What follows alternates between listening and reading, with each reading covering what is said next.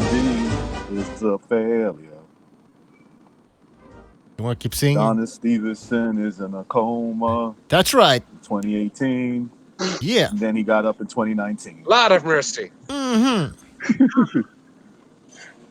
Donna Stevenson got knocked Triple out. G is a failure. Triple G is a failure. Come on now. Oh, yeah. Yeah. I blame Badu Jack and That's right. Stevenson's coma. The Charlo girls got exposed. Yeah, that's right. Devontae Davis is gay. Yay.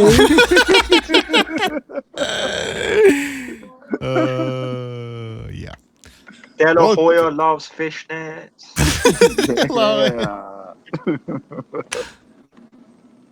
The lawyer likes a spoon in his ass. Usyk is fighter of the year. Get over it, yeah. Get over it.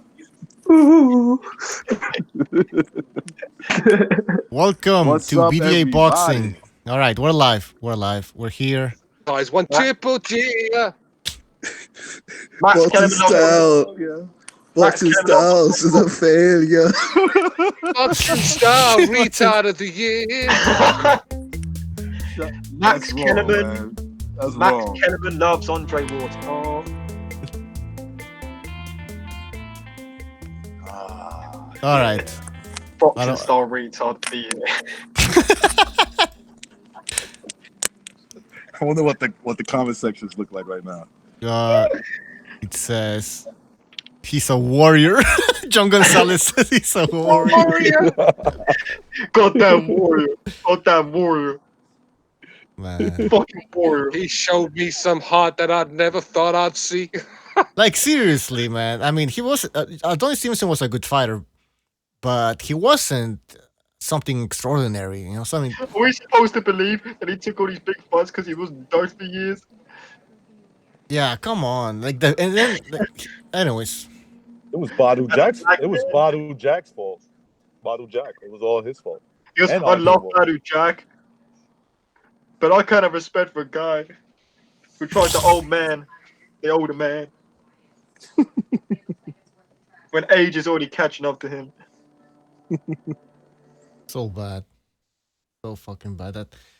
And then how can Stevenson be a victim and have all that money? That's, you know what I mean? Like, victim of what? And if He's he a really fucking wanted warrior. to fight, he should have left Al Heyman. You know, it's obviously he was mismanaged, and that's it, man. John I mean, Gonzalez- Lopez keeps telling us that he was sorry about his crimes, but he's wearing a pimp fucking jacket on. Do you know what I mean? The guy knows what he's being called. He's wearing a pimp jacket. Fucking warrior. Anyways, what else are we gonna be talking about today? John Because- Gonzalez in the chat says he was a better coma patient. All right, let's not get into jokes like that. We've literally been live for like 5 minutes and it's already started. Yeah. All right. How many fights this weekend? Or was it no boxing yet? Let me check the schedule. We have this. No, we're on the 8th. Yeah. We have Devin Haney against Solani. I can pronounce this. Oh, what a start to the year that is. Yeah. And on January 13th, we have on Fox Sports Uzcategui against Caleb Plant. That's That's a good fight. Good That's a fight. good fight. Brandon Figueroa against Moises Flores in the undercard. Oh, Brian Jennings against Oscar Rivas. Yeah, that's a good fight. Oh, that's on January 18th. No, that's next week. So we don't have Brian Jennings much. is still fighting. Good for him. Who? Brian Jennings. Yeah, he's on a 7-fight win streak, man. Dude, they had him listed at 6'2". He ain't no 6'2". No, he's 5'11", isn't he? Probably, yeah. I saw him in person, man. He's definitely not no 6'2", man. Get the fuck out of here. All right. I'm sending the links. Sending it to the Gypsy Boxing Style. She's a failure. A We're damn going to send you a link. failure. You have to, Gonzalo. If we're going to send you a link, you have to contribute, bro. I mean, we're sending you links, and you're not talking. Yeah. John Gonzalez just sits in the background. He's like, yeah, that's true. No, Yeah. not John Gonzalez. Gonzalo. Gonzalo wants a. I think it's Gonzalo. Oh, We sent him a sorry. link. Yeah, we sent him a link the other day, and we tried to get him to talk, but he just wasn't. That was that Guerrero, wasn't it? That fucking Guerrero coming in and didn't say a No, word. who's Gonzalo? Gonzalo Anaya. Who is that guy? He was. Weren't he the guy? No, that's another guy. Weren't he the guy we sent a link, and he wasn't speaking? Is it No. not that one? That was Guerrero, wasn't it? I don't know. That was Guerrero. Yeah. Oh, sorry, Gonzalo. I got you mixed up with Guerrero. Yeah, I mean that guy. A couple of times we sent him and he hasn't spoke. Jason Bourne's in that. Jason Bourne's in the chat. What's up, boys? Hey, Jason Bourne, where are you getting your information? Jason Bourne said no sign of L. Jason Bourne. What's going on, Jason Bourne? Oh, well, he's a spy, obviously. Julia Okoa says, "Lol, white guy boxing is just as bad as LDBC, but more pussy." Are we getting more pussy or are we pussy? Because if it's getting more Are we pussy, more, we more pussy or do we get more pussy? You know what I mean? I think we get more pussy. Well, if you tuned into our last chat before we went live, fucking that's more pussy than, you know, but Good point. Good point. See, this is the thing, right? Hang on a second. Apology in the chat says, Jason, do you have the video of El Dude saying he likes children? I'll say this. If we were the opposite of the LDBC, then the majority of the viewers and the panelists would be from one particular race. You know what I mean? So it would be either all white or maybe all Hispanics or Asian.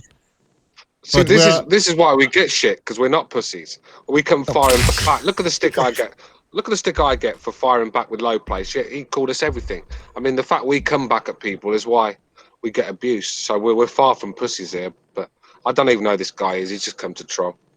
No, but yeah, exactly. But hold on, let me just finish this. We are not the opposite of the LDBC because we are different from the LDBC in the sense that we have people from the panelists and the chat is more diverse racially, culturally, nationally than the LDBC. So Bring me a show, right? Someone bring me up. Let's give it a challenge, these guys. Find a show where we say one racially motivated comment, or a racially motivated breakdown of a fight, or a racially biased agenda. Because there's not been one on this show, and if there has been, they've been kicked off. So there you go. Julio Ochoa says, you guys are worse or just as bad. You guys talk about hating women. Lol. Well, that's two talking about women. Only if, you know. only if they deserve it, right, Stu? What's wrong with that? What's wrong My with that? excuse was, I mean, listen to fucking Have a Go Hero, the white knight in shining armor over there. I mean, he's going to sit there and let a woman throw combinations in his face, Exactly. like doing anything, just to prove that he's a real man. You know, sitting there. I mean, I'm not going to sit there spitting out blood, straightening my nose just to be the real man around here. Get the fuck out of it. I got myself out of a situation. It was a quick left hook. Never really hurt her. Weren't hard. That was it. That's the only time ever. I'm not going to be a victim for nobody. Yep. You hit me, I'm gonna hit you back. So does that mean? If it's a soft hit, I'll tell her, listen, calm down. You know. Yeah, I'm not going to start start catching me with combos. Then I'm gonna fucking maybe smack her. And this was a girl that stabbed a man before. You think I'm going to sit there and be the victim? Exactly. Apology in the chat says, "What's wrong with beating women?" My God, man. I'm looking for a GIF. Go on. Yeah, I mean, look. I mean, let me give you an example. Stu, if a girl slapped you in the face, would you give her a slap? If it was just one slap, or would you slap her back? No, I can handle it. I can handle a slap. I've had girls scratch my arms up, blood pissing out of them and everything. I've where they scratched my face, where it's took about 6 weeks to fucking heal. So I'm going around with this fucking scar on my face, and I've not retaliated. This girl was throwing combinations in my face. I am not about to be a victim, sitting there spitting out blood, going, "I did the right thing, though, didn't I, boys?" Get the fuck out of here, man.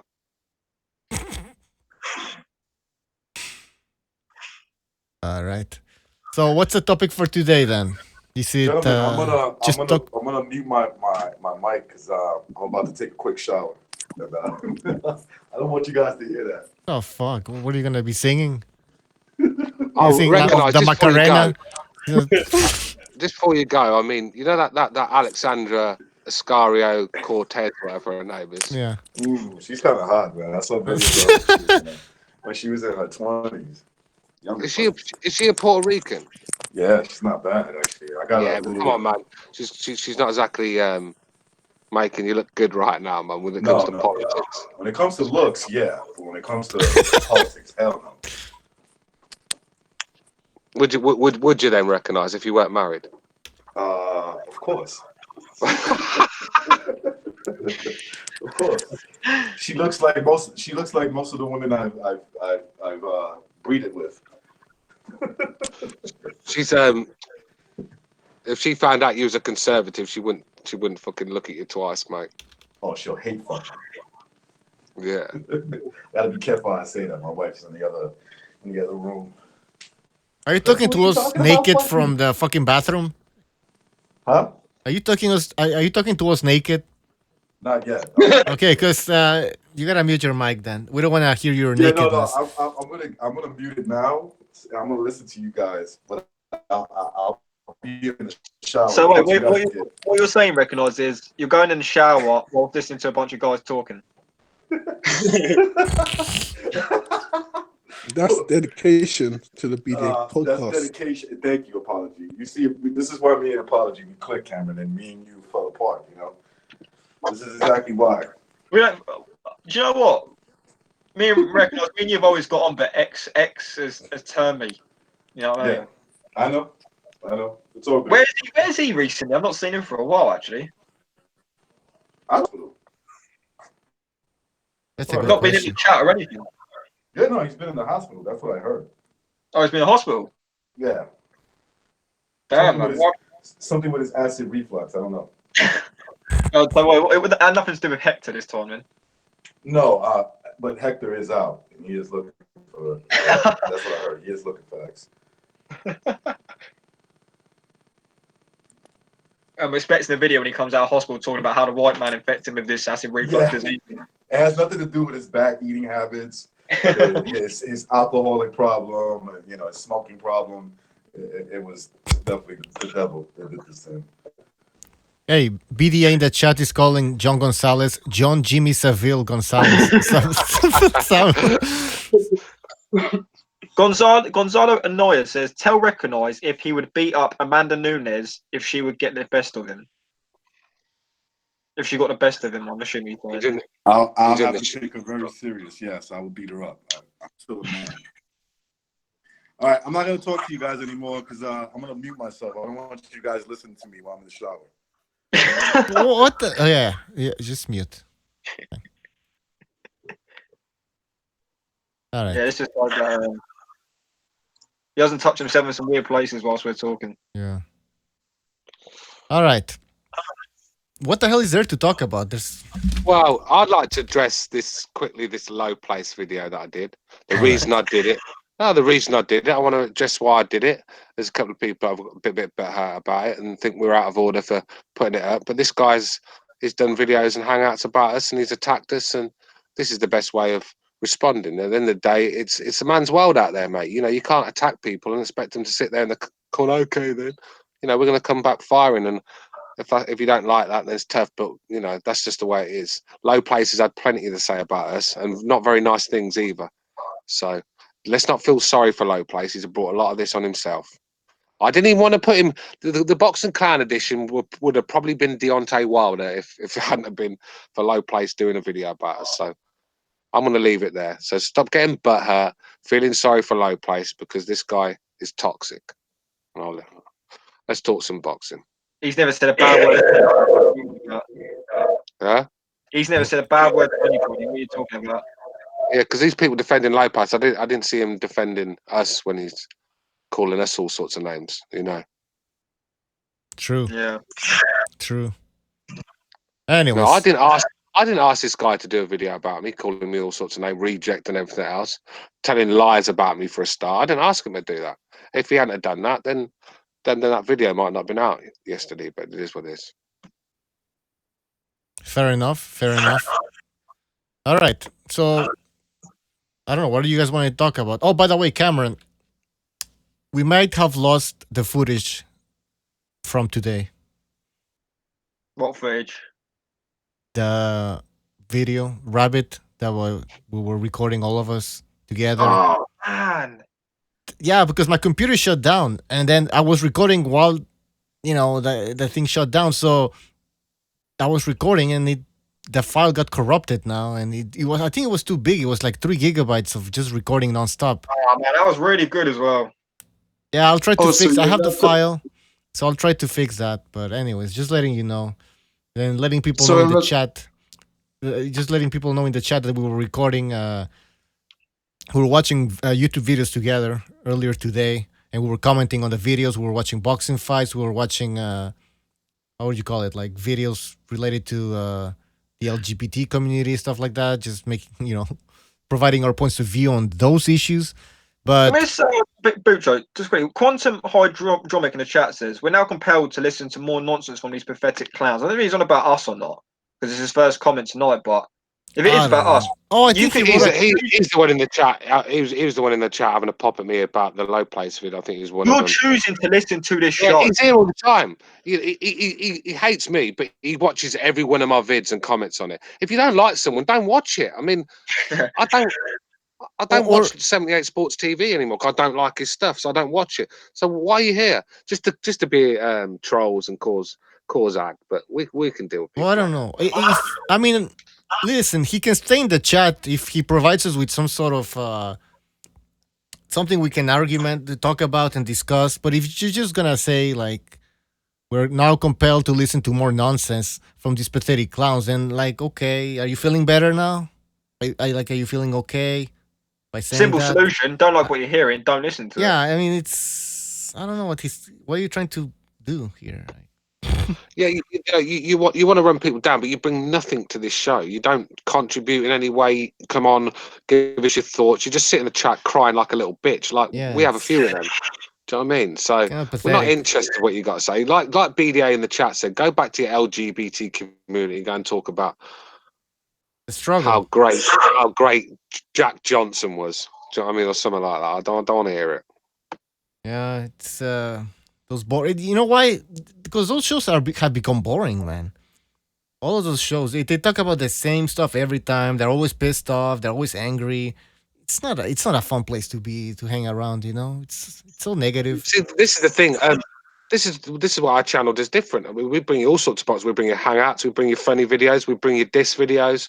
We bring you that trailer that BDA did the other day was a masterpiece. Yeah. BDA's trailer was a masterpiece. Yeah, that was So, amazing. you know, look at we bring you all sorts. We bring you clown editions. We just bring you different sort of things. It's the look at the description of the podcast, the world's wackiest boxing podcast, and that's what we are. We're not. Don't take us too serious. But you're so uptight, no life. Everything's about boxing. Everything's got to be serious. And Now political correct. I mean, now he's saying I hate that to be you people. Cameron has not even reached boxing puberty.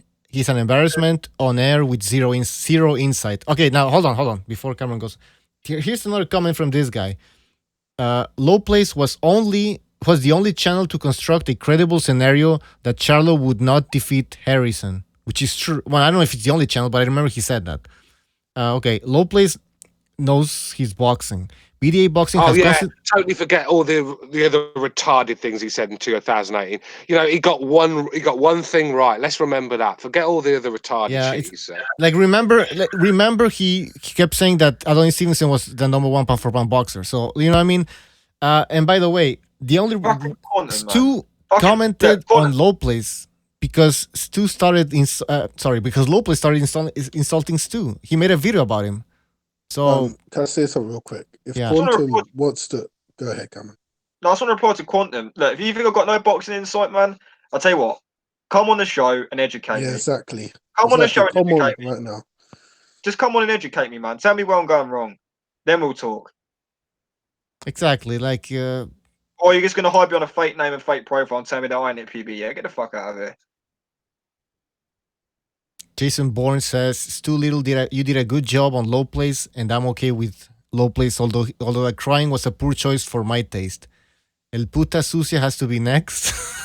Yeah, I mean, but at the end of the day, I mean, that was the best bit, weren't it? The crying bit. You know, Low Place has kept this up on his channel. This is not nothing I've brought out of the fucking archives and He was a crying, that's secret great. secret document that I've found, and I'm exposing someone. This is on his channel. You can see it for yourself. I've just clipped it up just to show you, because a lot of people didn't know about this, just to show you what sort of guy we're dealing with mentally, and that's it. He wants to attack the BDA, then be prepared for a comeback. That's obviously it's not going to. I'm not going to get too personal. I wouldn't start, talking about his family and stuff like that. But he wants to call us names, so it's all a bit of banter at the end of the day. It's a bit of fun. Do you know what I mean? It was I mean, most people enjoyed the video. So All right, BDA in the chat said he's saying that all right, some talk. Oh, what the hell? All right, talk some boxing. Fuck this YouTube drama. All right, let's stop the drama. Let's talk some boxing. All right, BDA, you want to help us out? Because we started this show randomly. Like I didn't write anything down.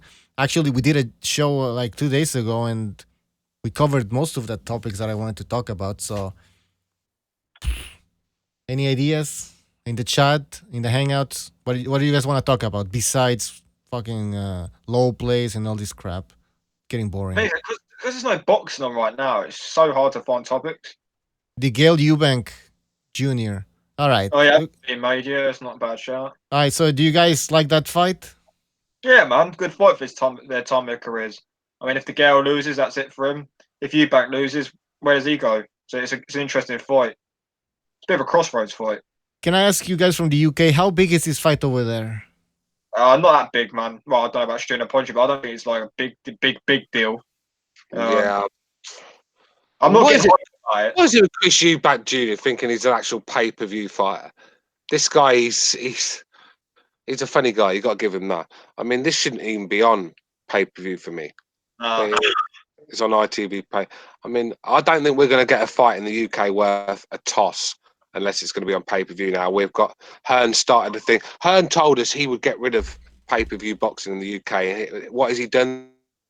He's brought it back in droves. Everyone's competing now. So any decent fight we get is going to be on pay-per-view. And this is why I've really got a distaste for Eddie Hearn at the moment. I see what a snake, a liar he is. And, I've gone off the guy. I respect what he's done as a boxing promoter. Has Eubank, because I don't live in the UK obviously, but I watch a lot of videos about Eubank on YouTube and stuff like that, and he would be appearing in a lot of morning shows and TV shows, whatever. Yeah. Is that still happening, or has he lost some of that? No, like I said, he was pushed by the Marxist media. I mean, Eubank was their dream, a good-looking mixed race boy that can fight a bit. I mean, that's their dream. The Marxist BBC and all, they loved having him on, and he was pushed through. He was a bit of a hype job, to be real. Let's be real. What did he do? But he was making a lot of money without doing a lot of anything, and so yeah, he was another fighter that was pushed forward. And I mean, look at the. Billy Joe was a lot better fighting him, but hardly anyone knew Billy Joe was. Yet everyone knew who Chris Eubank was, even non-boxing fans. Well, his father was a famous boxer. I mean, that's gotta help, right? He has the same name. Oh, not the same name, but the Eubank Jr. So yeah, if he didn't have that second name, he wouldn't have got the platform and the fights he got when he did. He used to be another guy. I mean, look, if he had another guy, let's be real, right? If he didn't have the name Eubank, with his resume, nobody in the UK would care about him. Nobody would. Yeah, that's what. Yeah, okay. So he hasn't lost any of that glamour. Yeah, he has, man. Yeah. I mean, he didn't much glamour anyway. I mean, none of us. I mean, even when he fought. I mean, I wasn't never really hyped about him. Like, I mean, this fight doesn't do it for me, really. I watched the fight, but when I saw it got announced, I wasn't like, oh, this is a great fight. I'm really looking forward to this. To me, it's just another domestic fight. It's nothing special to me. Is it a pay-per-view fight? No. It's gonna be where ITV or very good. It'll be a very good free TV fight. but no, it's not a pay-per-view fight. It's just the names, you know, Eubank, DeGale. It was always going to be pay-per-view, but no, it's not worthy of paying money for. Like Stu said, pay-per-view is so saturated now. Everything's pay-per-view. If you get a half-decent fight, it's going to be pay-per-view in the UK now. So I wonder which kind of fights do you get on your cable subscription? We don't Seriously. really know, do we, guys? It's I mean, barely we any. get Dave Allen and lots of Coley. That's what we get. We get Kell Brook against Michael Sarafa, basically. Yeah. That's what we get on free TV now. Whereas before, we used to get Carl Froch, Lucian Bute on free Sky Sports. It's all changed. Pop Tart Gun says Eubank Jr. can be the new boxer for Low Place to cry over. No, I think Eubank has to be a criminal. And that's what he said. That's what he identified with Adonis Stevenson, which is what I thought from a long time ago. That's like there has to be a reason why he identifies with him. But anyways, let's see what else people saying in the chat Crawford here. Khan, Go ahead. I think Crawford could be in trouble in that fight. Stu, who are you If going at in Crawford the chat? trained- I just want to know who Stu's going at in the chat there.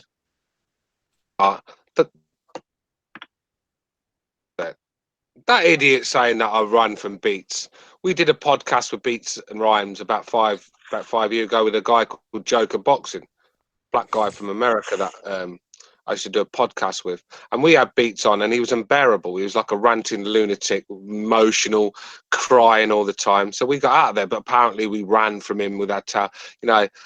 I'm still waiting for Beats to come on this show, bring his list, so we can have that debate and all have a laugh. But I'm still waiting. So let's not pretend that anyone's hiding from Beats. I've been on Beats' channel many a times, told him what I think about certain stuff. I do like his channel, so I've got no beef with Beats, but let's not pretend I'm fucking running from the guy. I'm still waiting for him to bring his list. We'll have that debate. Yeah, this is what happens also in boxing. You know, when they say this boxer's afraid of this other boxer, it's like, come on, who's afraid? Like, what's the worst that can happen? You know, nobody's afraid of anybody, especially talking on YouTube. You know, what I mean, like, why would somebody be afraid? But anyways, moving on. Yeah, Crawford Khan. That could be a dangerous fight for Crawford because Crawford's chin's not been looking very good. I The think Crawford I agree chin? with Shepard's sons. I think Crawford gets Khan out of there pretty easy. I might be wrong. I just think Khan, his I don't last think he'll- fight, Yeah, I don't think it will be easy though. I think he will get him out there, but I think he will get tagged up. 4 rounds I'm giving Crawford to get him out of there. I'll probably say 8. I think. Yeah, I just think, like I said earlier on, I said on Twitter, and I've got a lot of people agree with it, a lot of people disagree with it. Khan is nothing but a glorified gatekeeper. He's not an Yeah, elite he's- fighter. He's got good physical attributes. He that has- can match Crawford. yeah. Yeah. I just think Crawford. He'll put his punches together and get Khan out of there. I mean, this is a guy who went life and death with Sam Vargas. So I don't know, but listen, Amir Khan has a lot of speed, and he's slower than he was though. well, who was Even- fucking okay? Hold on. We just watched on Rabbit. Unfortunately, we didn't manage to record it. We watched highlights from Crawford against what's his name again? Benavidez. Benavidez. And Benavidez is slow as fuck, and he managed to catch Crawford several times. So I don't know. Who's a better boxer, Benavidez or Amir Khan? You know, overall, forget the chin. The chin is not there. But boxing skills, gotta give it to Amir Khan. Come on. I don't think Khan's that good of a boxer, man. I just think he's gifted with, like Apology said, physically, with physical attributes. He's gifted. Like technically, he's not a good fighter. He's not. Can he pop? Does he have decent power? I Or think he Khan. does. He does. Oh, remember Maidana? He dropped Yeah. Maidana with a body Yeah, shot. he did. Yeah, that was at 140 pounds, though, right? Oh, really? I thought it was 140. You're right. It was 140. 140. It was 140. Okay. Still, I still think Amir Khan gets knocked out. I just think he's gonna put on a better fight than some people expect, though. Because of his speed, because of his movement. I don't go know. off by the fact that you're only as good as your last fight, and Khan wasn't good in his last fight. Okay, but neither was. I mean, Crawford. How good was he against Benavidez? I mean, I know he ended up knocking him out, but the Quacks. Thank you for your donation. Well, I'm gonna let the music finish. The Quack says Khan will be tough in the beginning and he'll give Crawford problems. Ninth round KO for Crawford. Yeah, that's what I'm trying. Yeah, that's what I agree with the Quack. That's what I'm trying to say. Sorry, I'm just looking at Stu in the chat. What's he saying? Take time out, fag. Yeah.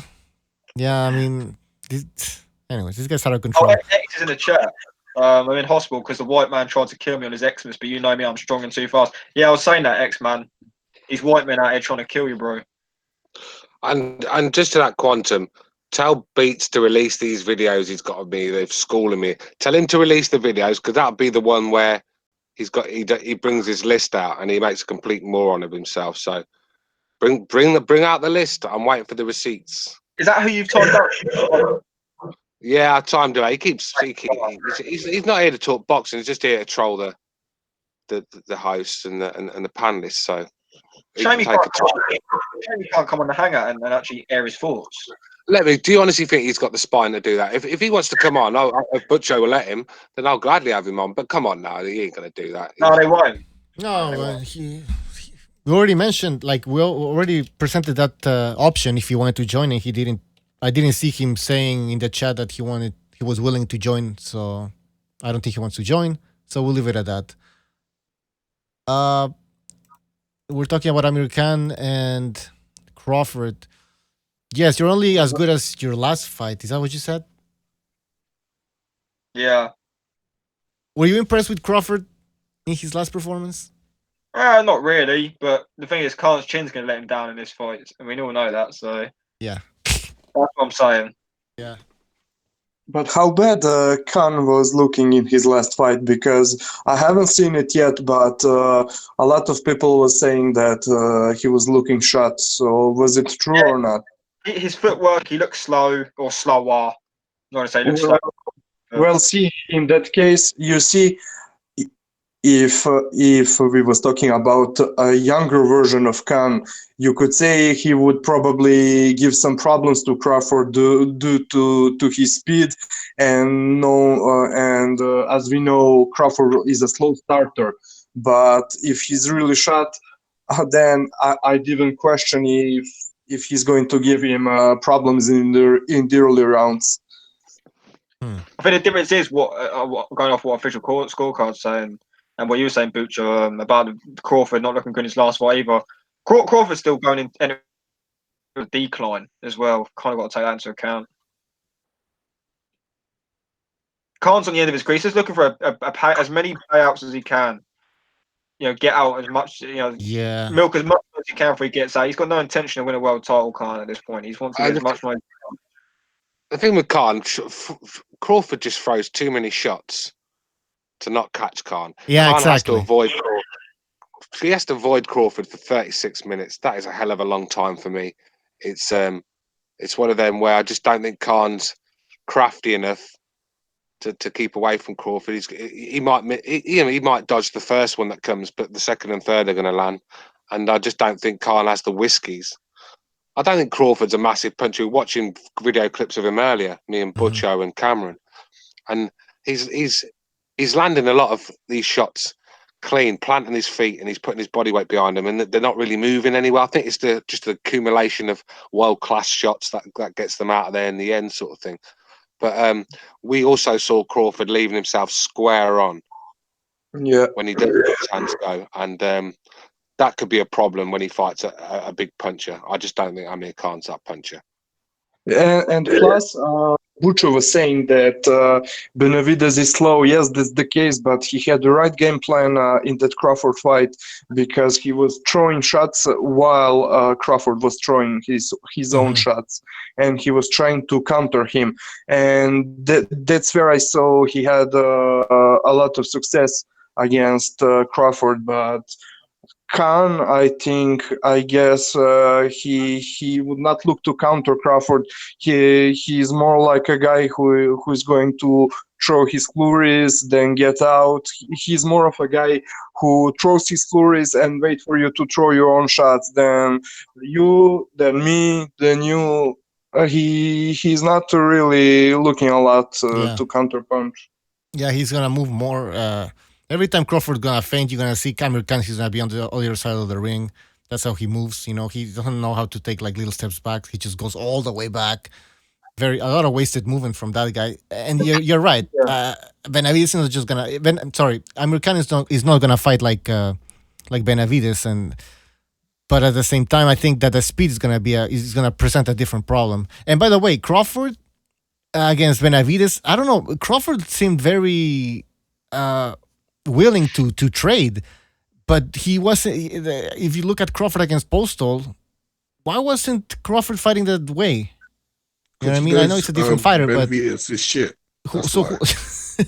So what if Crawford decides to fight differently? You know, we're not sure he's going to be fighting. What I think is that he fought that way against Postal. Thought that he could probably do that all his career. You know, let's take his paychecks with a little damage and little work as possible. But he backfired on him. He got a lot of stick. You know. And maybe he thought, fuck it, I'm just going to come out and put on a show. And that's what he's been doing recently. And you can't take that away from him. Yes, he had a stinker against Postal. Mm-hmm. But after that, we saw it. Because we was watching, we was breaking down the fight, watching the video clips earlier of him. And he was letting his hands go. He was looking exciting doing it. So we have to give credit to these sort of fighters. Because of course. We've had Floyd sort of stinking the fucking joint out.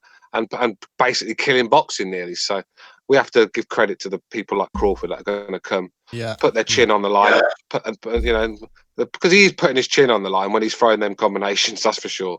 So you got to give him credit. Do you think? Are you saying that Crawford realized that he had to change his style after that pay-per-view he had with Postal, which was complete fucking garbage? I've had, what was it, 70,000 pay-per-views, and after seeing that, it was only going to get worse. I mean, after seeing Postal Crawford paying for that, would you pay for his next fight? Hell no. Well, there you go. Oh, then. yeah. It was the worst I agree. advertisement you could have done for your first pay-per-view fight. Terrible advertisement. That I think you realised that. Performance. It was, yeah, mate. sure. I agree with Stu. And not only that fight, the fight just after that against John Molina Jr., he did the same thing. And I remember he got a lot of shit for fighting too defensively. By the way, I'm not talking to you in the shower. I'm out. All right. We know you were with X, and you didn't want us to hear it. Fuck X. I hope they weren't in the shower together anyway. I know you did. And come on, guys, there's 50 of you in the chat. Press the like button. The haters have flew in and pressed the dislike button. I fucking believe it. I've just seen it. I thought, I'm fucking out this off. I mean, dislikes there are. So, all you BDA family, press that like button. Let's drown the haters out. Oh, yeah, we have 7. Julio Acoa, People need Quantum to is 2 of them. step it up.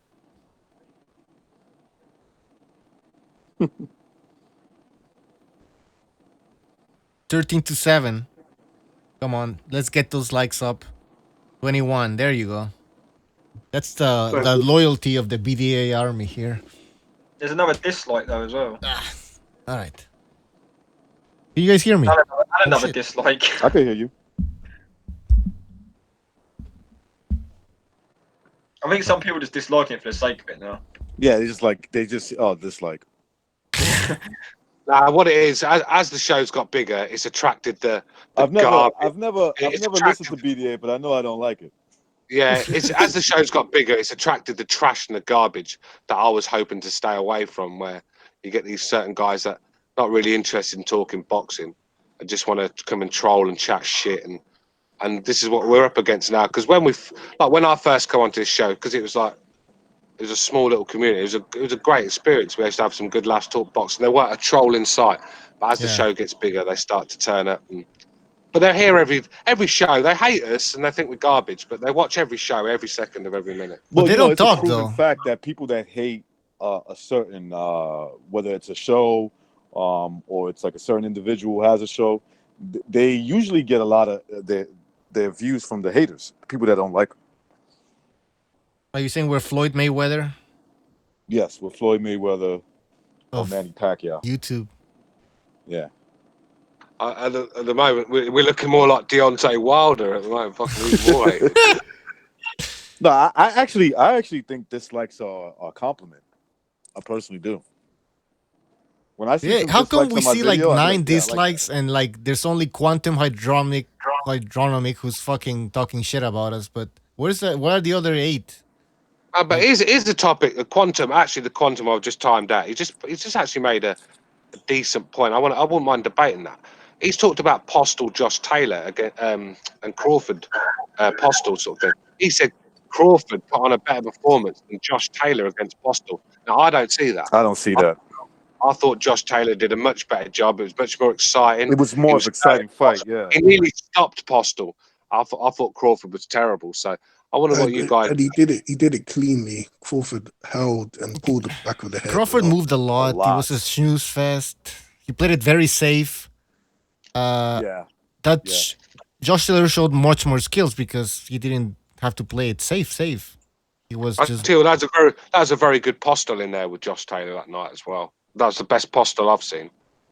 Now Well, we're I not mean, saying that Postal we're not. Well, I'm not saying that Taylor is better than Crawford, but just because then they're gonna No. misconstrue that everything either. I'm saying here.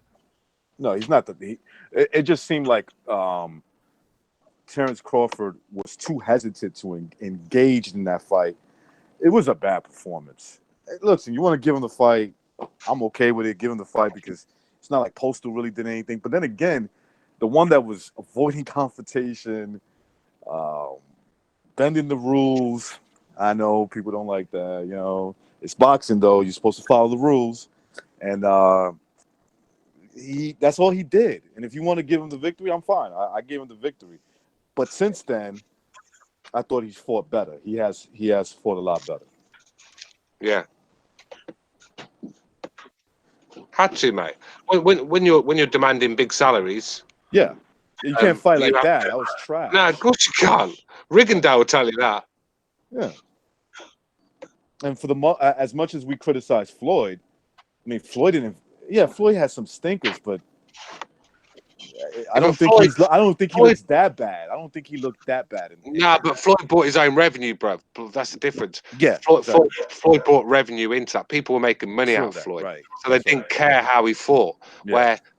When they're paying Crawford $4 or $5 million to fight some average guy.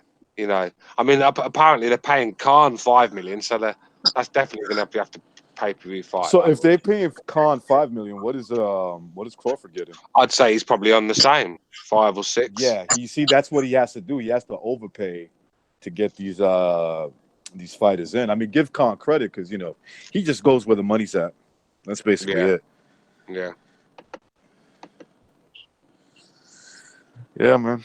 By the way, we have Precise on the line, and I have the intros. So shit, it's not working. Sorry, Precise, no intro, man. Oh, it's all right. I've heard that enough anyway. How's everybody doing? We chilling, Pretty brother. good, What's man. going Pretty on? good. So we're talking just eavesdropping a little bit. Crawford against Samir Khan. What are your thoughts on that fight? Money fight. I mean, I understand the situation at 147 has been fucked up since Floyd joined that weight class, but so I could kind of understand that Crawford is really kind of asked out, and it's a good option as far as popularity and money, but the fight doesn't intrigue me one bit. Khan, in my opinion, he looked done in this last fight. Can he have one last decent performance before he gets knocked out? Sure. It's one of them fights. It's like, what can he really do to Crawford? What? Hit him with a few jabs and then catch a counter right hand and go down? Yeah, that's exactly I see the fight playing out. It's gonna be that type of fight. It's gonna be kind of not close, but you're gonna see American like not shoe shining, but throwing fast punches, and they're going like, oh man, people are gonna be like, oh, he's not doing bad, and then he's gonna get caught and it's gonna be over. A lot of people throw too many punches. Go ahead, bro. A lot of people thought he was outboxing Canelo. I thought the opposite. Yeah, I had Canelo outboxing him because he was hitting him with the shots that mattered. Body shots. Right. I mean, exactly. He was outboxing him for 2 rounds, maybe. I had Canelo carrying Khan. That's what I had. It kind of looked yeah. that way, man. Khan's Harry I thought body. he was setting him up, man. Yeah, I of thought he course was he was. setting He him was up Right, for like right. a That's what I highlight thought, too. reel. He was in Yeah. second gear for the first few rounds of that fight. As soon as he stepped it up, Khan is in. Well, he's in heaven. He met Allah. He knew he just needed to Meeting land one Allah. shot, Yeah. so that's what he did. All you Amir gotta do Khan's is just body look at was Canelo's turning react. purple. All you gotta do is look at Canelo's Mhm. reaction once he landed that shot. He knew he was. It's like He just got out the way, right? yeah. He just got out the way. It's just like, look, I know he's asleep. You know, Timber. Timber. he knew he was asleep before he hit the floor. You know, Yeah, so that was nice. that Yeah, I was a don't know. nice knockout, Khan. man. Yeah, Khan just. When's the last time he looked good? When Danny knocked him out? I mean, you know. Against Maidana, I guess. I think Devon Alexander was the last time he looked Yeah, good. but Devin Alexander, come on now. That guy was on Yeah. fucking heroin or whatever the hell it was he was on. The Lamont Peterson fight Methadone. wasn't that bad. I thought he won that fight. Yeah, but I mean, Yeah. Peterson's just a B-level fighter, right? And it was like life and death. I had him winning too, but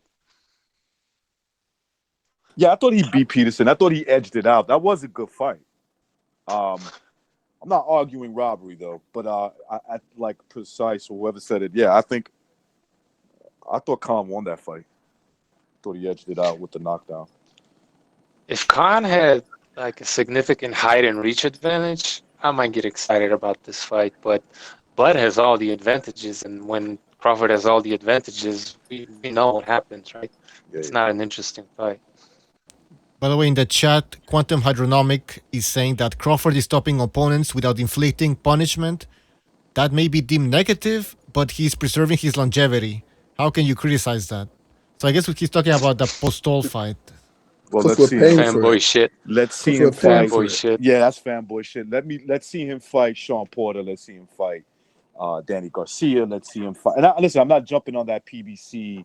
Or you got to come to this side of the fence. Fuck that. I'm talking about let's see him against the top guys at welterweight, and let's see how long he preserves his longevity. Yeah. Like, Yeah. I'm paying for this guy, so I want to see him in good fights. Like, Exactly, I don't give a yeah. shit about his longevity. Yeah, I care less about his longevity. Fuck all Choose that. a different sport then. It's, Yeah. it's Floyd, like these Floyd people will- Mayweather's prolonging his longevity fighting midgets out in fucking Yeah. Right. Floyd 6 Mayweather fights. is How can you hit on that? Well, he's not Floyd's not even But fighting real recognize- boxers. he's not preserving the longevity of boxing because it's fucking dying thanks to that fucking style. You So know it's, something? I thought about this, and how many of you guys think that Floyd cannot fight a real boxer anymore? And this is why he's doing this. no, of course. You can't. Look at him. He looks chubby, slow, Yeah, old. yeah. I was thinking the reason why he's doing this, and he's not giving nobody else a chance, is because I have a feeling that Floyd cannot box with top guys and guys in his in his sport. Excuse me, just guys in his sport. Keith. Like a guy. Keith Thurman would be a nightmare for Floyd Mayweather right now. I think All that so. movement, speed, Yeah. power, you know. Yeah, I but think Spence beats him up. oh, Yeah. but Canelo Canelo is kills him. But big the enough. thing is, when De La Hoya starts calling out Floyd, it's kind of pathetic because we know damn Hoya. well that Floyd's way past his prime. So Well, maybe De La Hoya feels like he has a chance now. Like maybe it's Yeah, of even, course. In other words, maybe it's even, but I wouldn't. like nobody wants to see it. If I'm De La Hoya, I wouldn't even address Floyd because that's what he wants. He wants some attention. Don't even fucking mention his name. Let him fucking fight a woman next or some transgender boxer. Yeah, let him fight. He's probably gonna.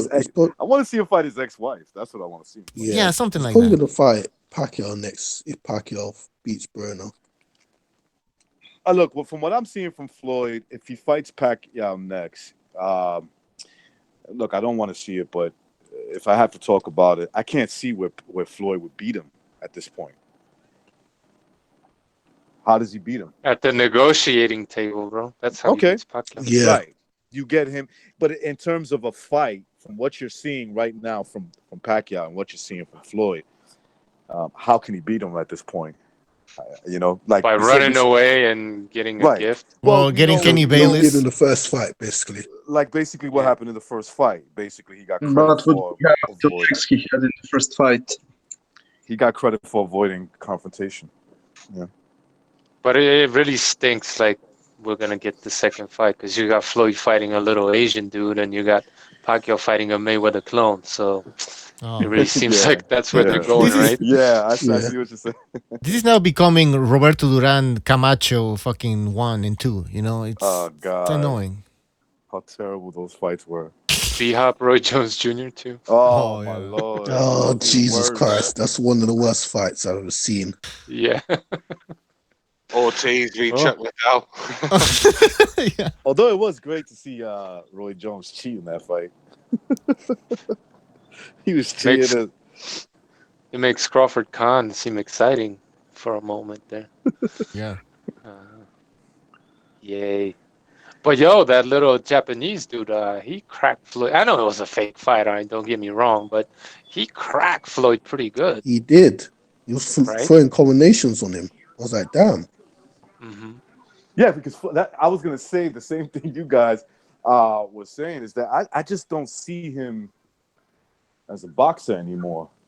I saw him getting outboxed when Precise put up that video. McGregor, excuse me.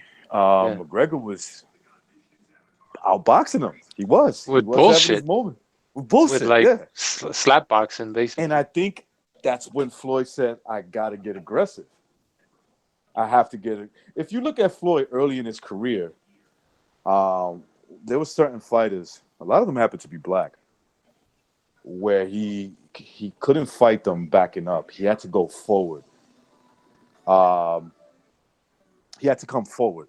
Chop Corley, Augustus. Zab Judah. They were Juco. They were catching him on the outside. Yeah. They were catching him a lot, so he had to come. He had to get aggressive, and that's when you saw the better success. A lot of that fight reminded me. A lot of those past fights reminded me of the McGregor fight, where like Precise said, he was just catching him with some bullshit, but he was catching him. I believe I want to say because he just had long arms. Floyd can't get out of the way. He couldn't get out of the way of those punches. And McGregor's got like 2 or 3 good boxing moves, you know what I mean? It took Floyd a while to get a beat on that, but McGregor can box a little bit. He just doesn't have a boxing brain, in my opinion. Correct. Yeah. You know, but he's got a little bit of technique, but he can't really adjust for like a 12-round fight because he never does that, right? It's like getting some street fighter in the ring with a boxer. Yeah. Gonna have some success, maybe. Just have a pure heart, pure athletic ability. The technique Decent wasn't there. tools, but no real like No chess boxing playing brain. ability. Yeah. Exactly. Yeah. No boxing brain. All right, let's read some comments from the chat. Quantum Hydronomic still in the chat saying Carneval is the master of pure rubbish. All right. He also went after the Matrix. He says, you did, I guess he's saying, who did Floyd dog Matrix? All right. We're going to go through the list let's again? not I mean, go come there. on. Let's not go there. But you know, Yeah, exactly. It'll take the whole show. But Hang on a sec, I might need to get my fucking charger for that one. Now he's saying Floyd was carrying Connor for rounds and could have disposed of him at any time. No, he Who the fuck is that? I don't know. Whoever that is. Who the fuck is that? couldn't. I'm gonna check your member. channel, dudes. Go check some of your predictions. See what's up with all that. He prop me everything, but I'll say to him if he wants a link to come on and debate his knowledge with us, then be a man because you've got a lot to say in the chat. So be a man. Come on, and talk to us. Yeah. Hey, look, I'm you here. can have a different opinion, right? But why you gotta make it personal? Like, what the fuck's that got to do with who I am, who anybody is? Like You got a different opinion? caca. You're No skin caca. off my back. You know? Come on. What is This guy, fucking this is the primary same school? guy that's hurt about low place. You know, the video I did about low place. He cried about that. Do you know what I mean? So Yeah. Come on now. Maybe it's low place, man. I don't know. By the way, last show when we had 2 LDBC guests, there. Remember, guys, somebody wrote in the comment section like a racist comment about like apes or something.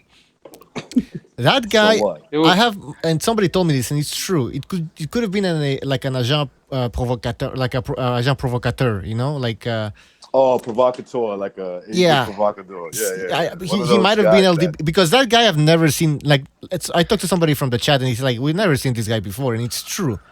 So I wouldn't be surprised if it's like a self-inflicting, like a self-hating crime. Oh, I don't know how you called it. they always do that. I mean, that just happened recently. So Yeah, what a coincidence that when we get these two guys, then you start seeing those type of comments. It's just ridiculous. Yeah. When we've had like multiple black people on the show. Yeah, So, them sort of, yeah, and the dislikes go up. yeah, exactly. Come Brought on. all their, they brought all their haters to come and hate, but fuck it. This guy And the Gillon. thing with that McGregor-Mayweather fight is that if Floyd really chose to carry him, if that's why it took him 9 or 10 rounds to knock McGregor out, then in that case, why didn't he do the same thing with the Japanese guy? look, Good I point. thought, I don't think he thought was carrying him. I thought in the beginning, and remember I'm watching this fight at a bar. I thought when you're kind of distracted by the crowd or whatever, you're not really paying attention to too much. And when I watched the fight again, basically what made me watch the fight again was Precise's video, where I heard him mention a couple of times he didn't carry that fight. Like, he was disagreeing with me. He's like, nah, he didn't carry that fight. I said, okay. You did a video. When I looked at the video, yeah, he was getting outboxed. He had to fight for it. And the way you know this is that, well, look at some of Floyd's fight in the past, where he had to do the same thing. Zab Judah, the most famous out of the two. But, I could go a couple of fights before that, and you'll see that Chop Chop Corley, Emmanuel Augustus, he had to do the same, where couldn't stand on the back foot because he was getting outboxed. He was. How do you carry someone by coming forward and going after them? Like, Yeah. wouldn't you step off the gas a little bit and Of course. let them come to you if you're trying to carry prolong the fight? Why are you going after them? I don't know.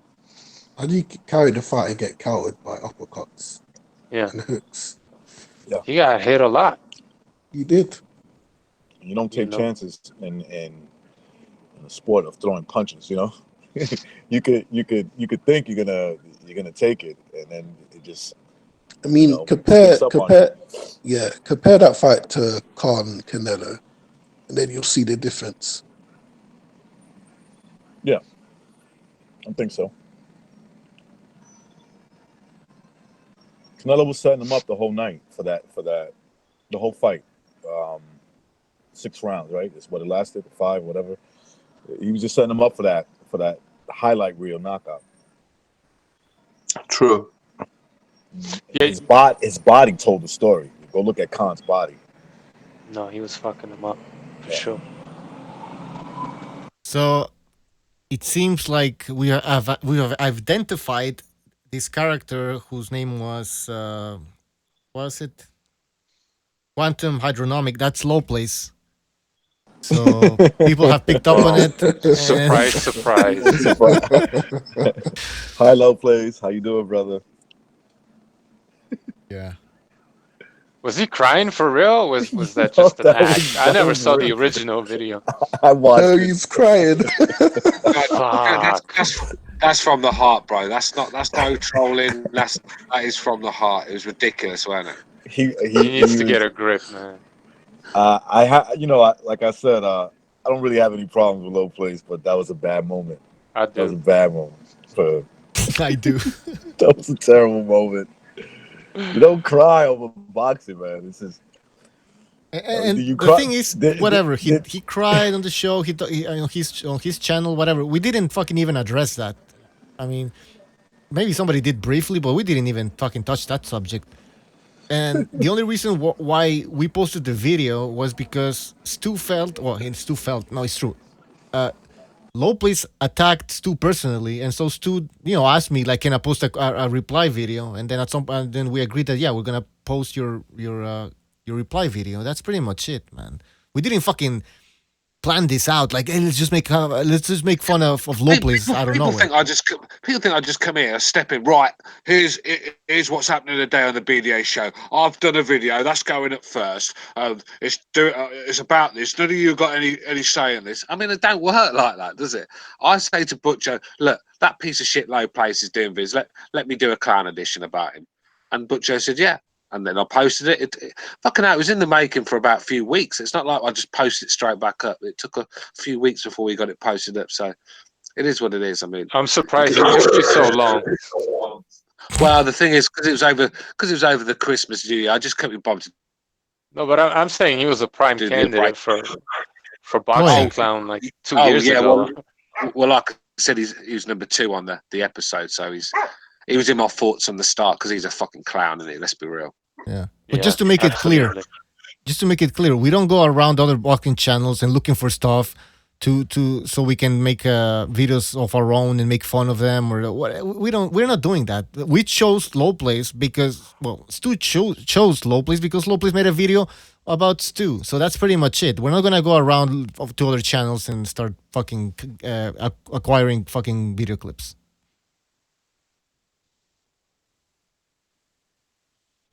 That's it. Yeah, because I don't want people to think that it's just going to be me going around attacking everyone that don't like us. I mean, Marcellus Wilder was number 1 in the series, so it's going to be a mixture of people. It's just Low Place had to be on there. Look at the destruction he's caused on our hangouts. How many podcasts has that guy ruined? Do you know what I mean? And he had to be told, but it's over with now. Hopefully, Low Place. Well, he has Camelius, his name is. So. And they don't like him. They don't like him on the other. They don't like him on the other side. These two guys that came on the show last time. No one likes him. These two guys that came on the show last time from boxing, breaking, fighting, whatever. Those guys who came on, they kicked out Lopez out of their channel as well. Yeah, the kicked out Low Place on. Stu said Ness didn't even want him on, so no one likes him. So why are we the bad guys? You know what I mean? Like, come on, keep it real.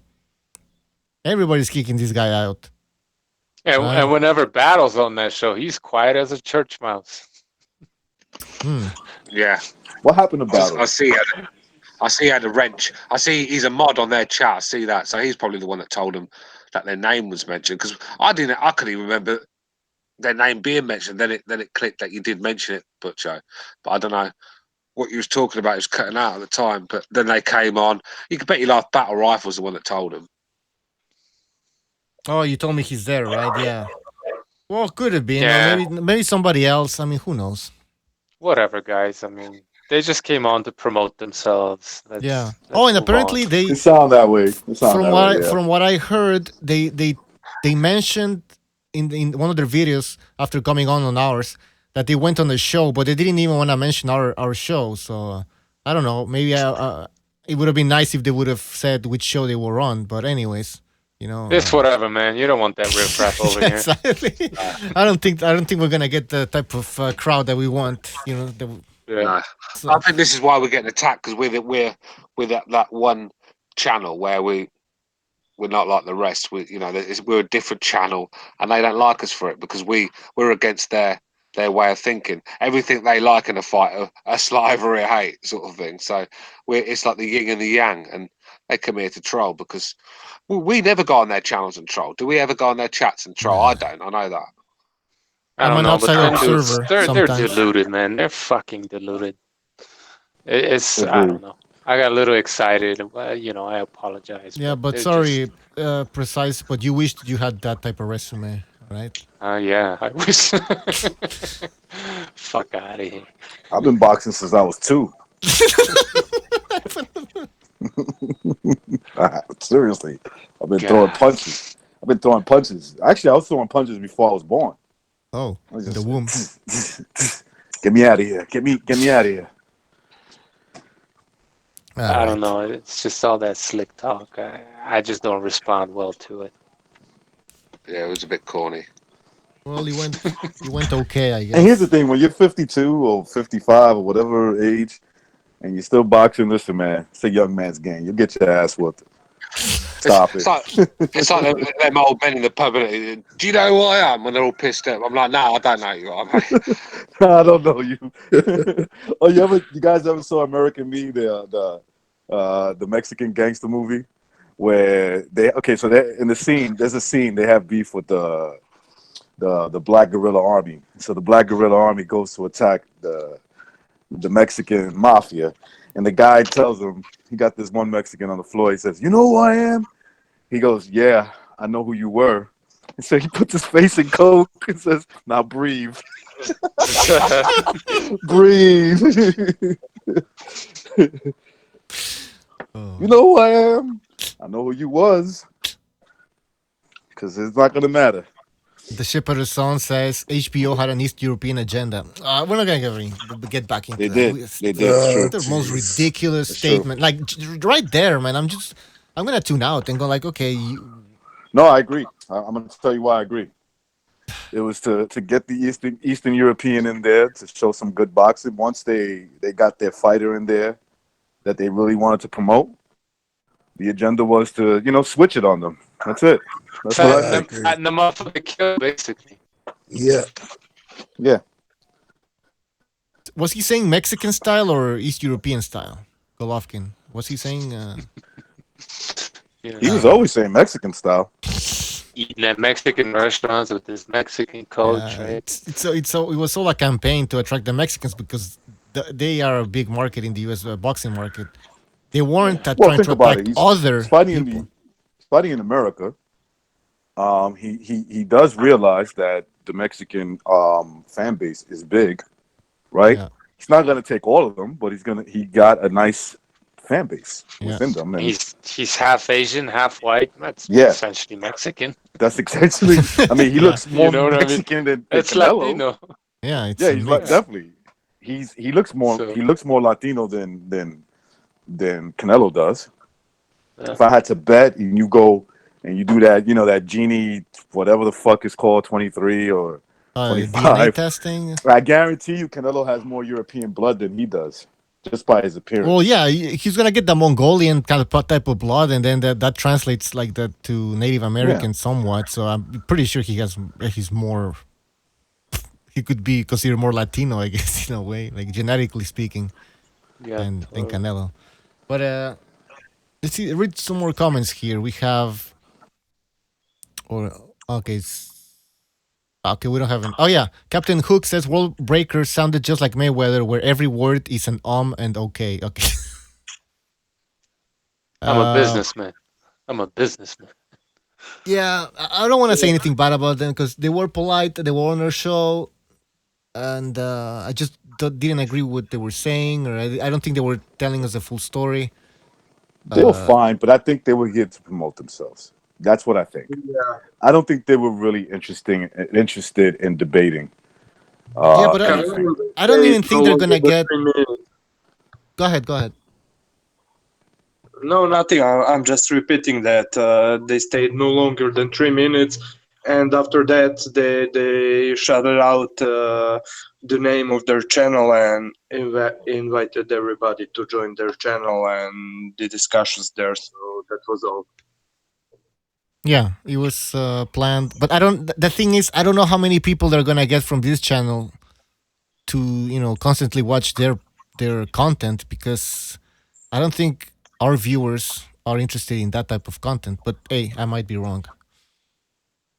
And as soon as you comment your opinion on their channel, that's why they later posted that video about the European boxers.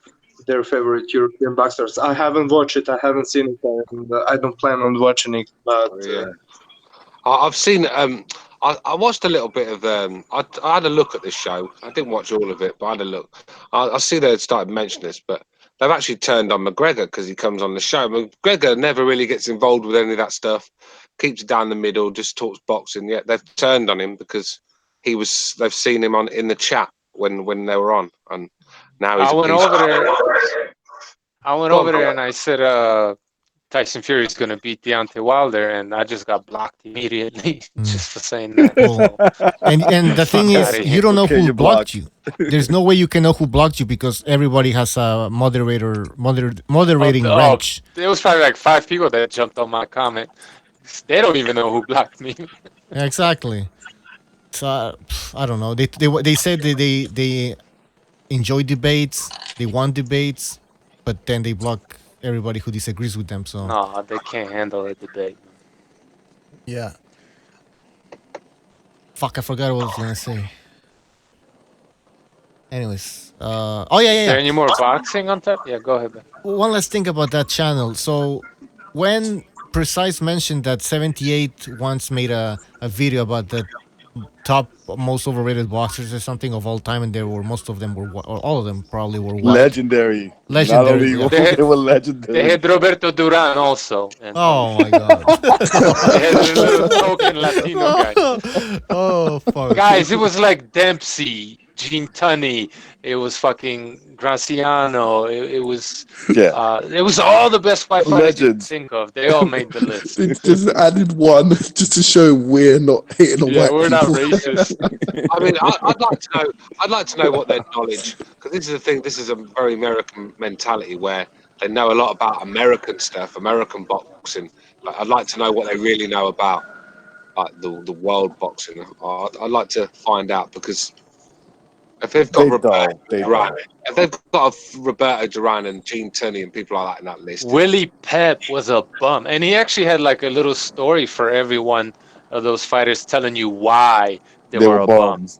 So it was, it was Sadler because he beat Pep more than Pep beat him. But they don't So have. he was a bum. But they don't have a racial agenda. No. By the No, way, not yeah, at all. well, just one last Precise. point Okay. because BDA wants me to move on out of this issue, this racial talk there. But one last thing is that they're making videos now about like one video is called the best black boxers of all time.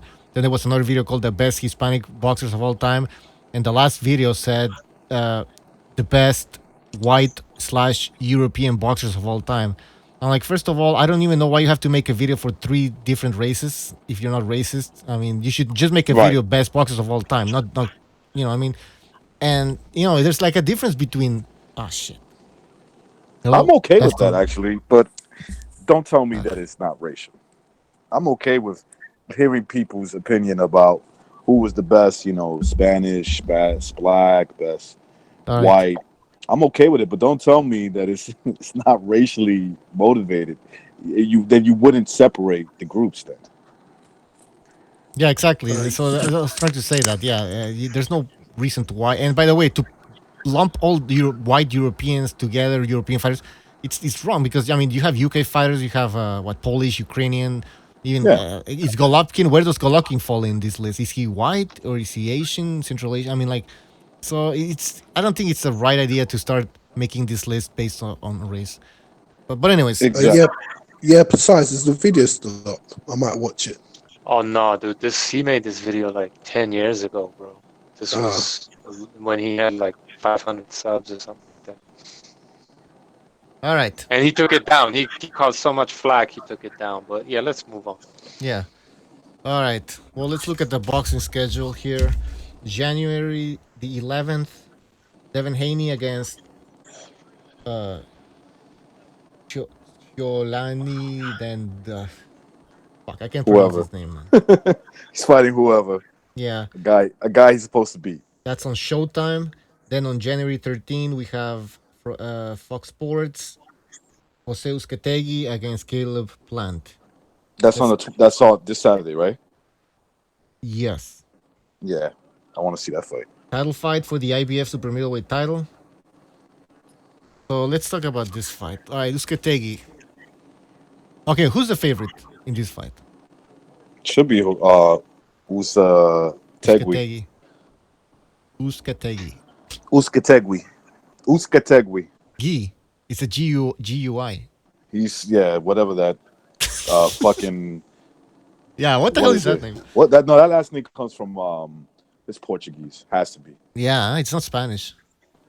I don't think it's Spanish. No, sounds weird. There's a Z there. Anyways. Uzcategui, right? Like that? Yeah, Usetegi.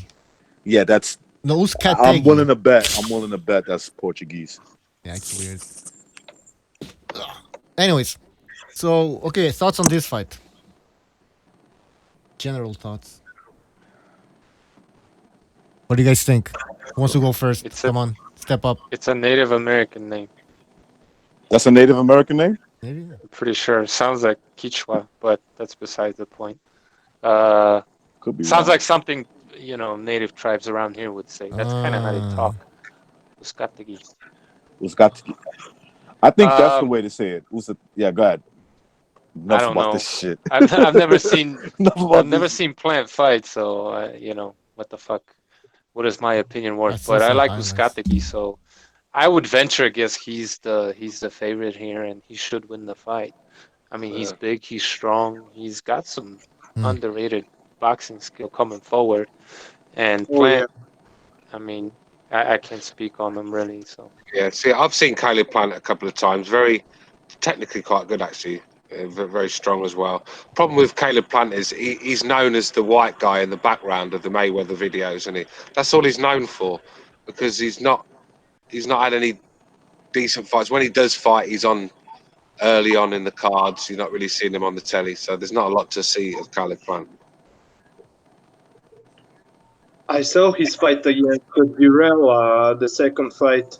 I loved it. I love what he showed coming forward, as Carneval said, and he had some pretty good. His style coming forward is rather weird, but he has good head movement and he knows how to get inside, and he really blew Burrell. All right. So I guess nobody really wants to talk more about this fight. Anytime he Jennings. fights, I'm interested in watching his fights. There's no other I thought fight. I thought he exposed Darrell in the first fight. So I have a question. So Plant is Mayweather Promotions, Yeah. and Uskategi is Al Heyman. yeah. Bet on the draw. Let me check on the draw now. Yeah. It Yeah. could be a draw. I'm just saying. You know what I mean? Floyd needs money. They don't like to lose to each other. Is basically what I'm saying. Caleb Plant, if he's going to do anything in boxing, it's going to have to be now. It's just wasted so many years doing nothing. That's why I don't encourage any fighter to join Mayweather Promotions. I just really don't.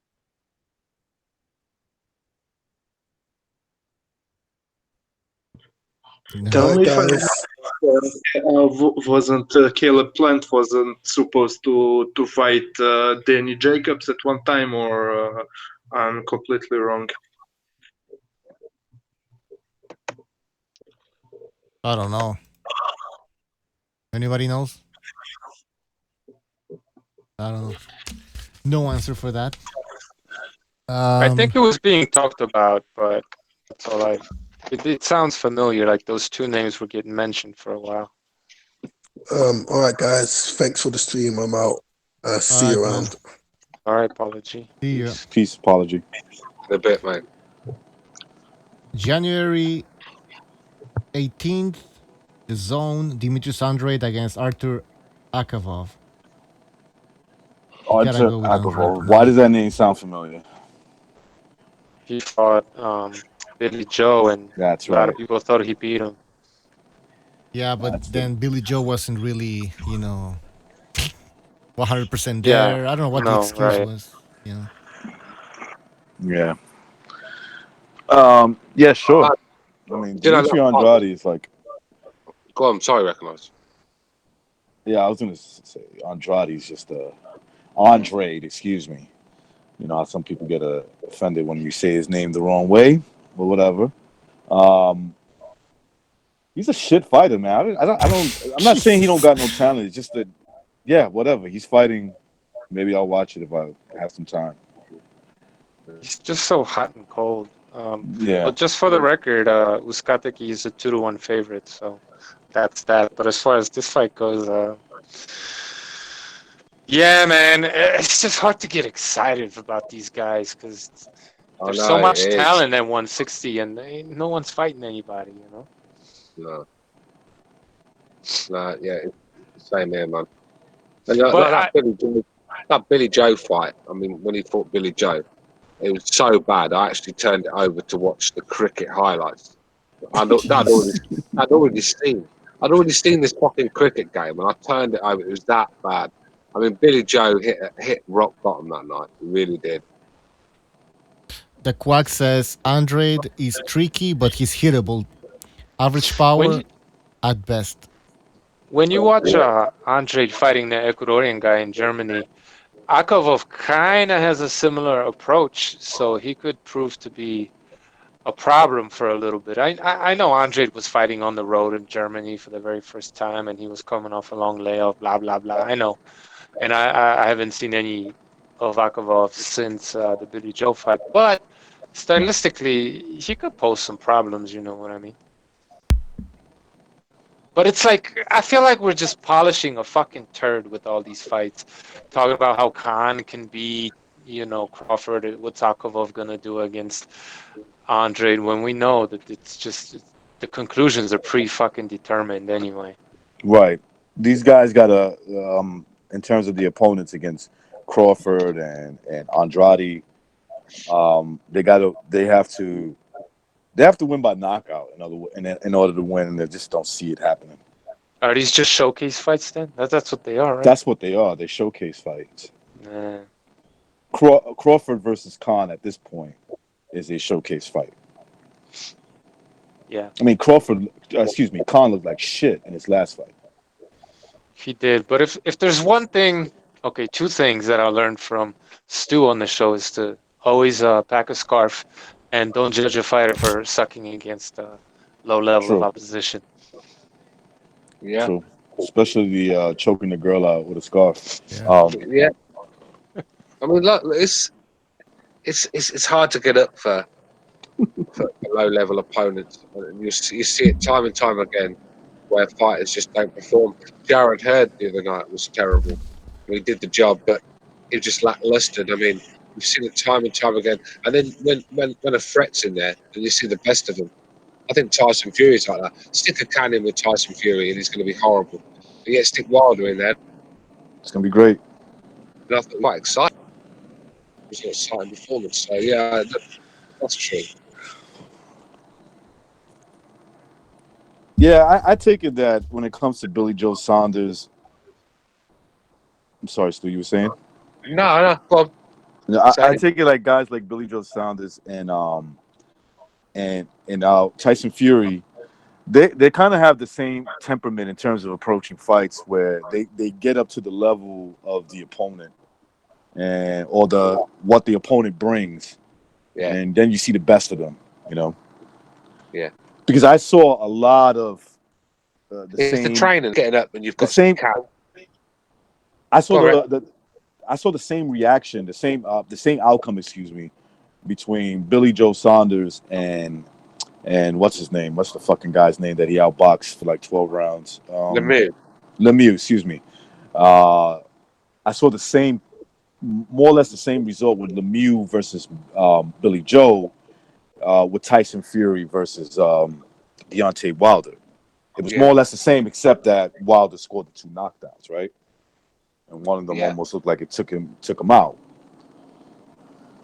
But that they get up for these high level fights, and you see the best of them. When they fight shit fights, they kind of like shitty performances, you know, or lackluster performances. Yeah, lackluster. A lot of it's to do with the training camp. They cut corners when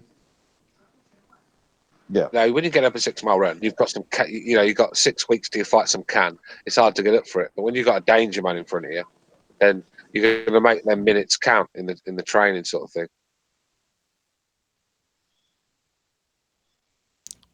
In the chat, Gonzalo Anaya says Spence will lose, if not to Mikey, to someone else soon. Okay. Nino Gagi says Andrade. That's his name. Andrade. Apparently he's Panamanian or something. So it's Andrade. Oh, if he's Panamanian, it's Andrade. I know. Yeah, exactly. I was going to say, you know something? That makes sense, because I know the few Andrades that I've met in my life were Panamanians, and they pronounce it Andrade. Well, his family's Portuguese, but they're from the islands. I forget exactly where, Caymans or one of them islands over there. But Okay. he anglicized the name. So yeah, it should be Andrade, but he anglicized it, so it's He did. Andrade. Yeah, Yeah. Andrade. Yeah. Why were people did. complaining when we said Andrade? Fuck. Well, I mean, I've had people attack me plenty of times. It's the Andrade. Charlo. Charlo. I don't know if you watched ESPN Spanish recognized, but you notice they always call them the Carlo brothers? Carlo? Like, Yeah, the what? Carlos. Yeah, Carlos. it's like there's an H, you know? Anyways. Carlo brothers. Nino They're Gaggi. French. That sounds French. Yeah, Yeah. probably Haitians. Nino Gaggi in the chat says, I hate the way Steve Bunce pronounces Canelo's name. He always calls him Canelo Alvarez. oh, yeah, Alvarez. Also, the guy from Why Sky did- Sports. The one you call the pedophile for, I don't know what. Oh yeah, Adam Smith. Yeah, Adam Smith. Yeah, he's like Is he a pedophile? Alvarez. It's like what? Alvarez. Canelo. Canelo. Big night of boxing, Triple G v Canelo Alvarez. Is there an accent on the A? Because I don't see an accent. Yeah, the first one. Oh, fuck, I forgot. I lost the comment I was gonna read. Shit. Anyways, oh yeah, the Shepherd's Son says Andrade, whatever. He's from Africa. No, he's he's from Africa, Cape Verde. Yeah, those islands that are like on the Atlantic there, closer to Europe or Africa, whatever, between there. What else? What else in the chat? Give me some good comments, people, if you want me to read them. Grievous says Adam Smith, worst commentator. He gives us a headache.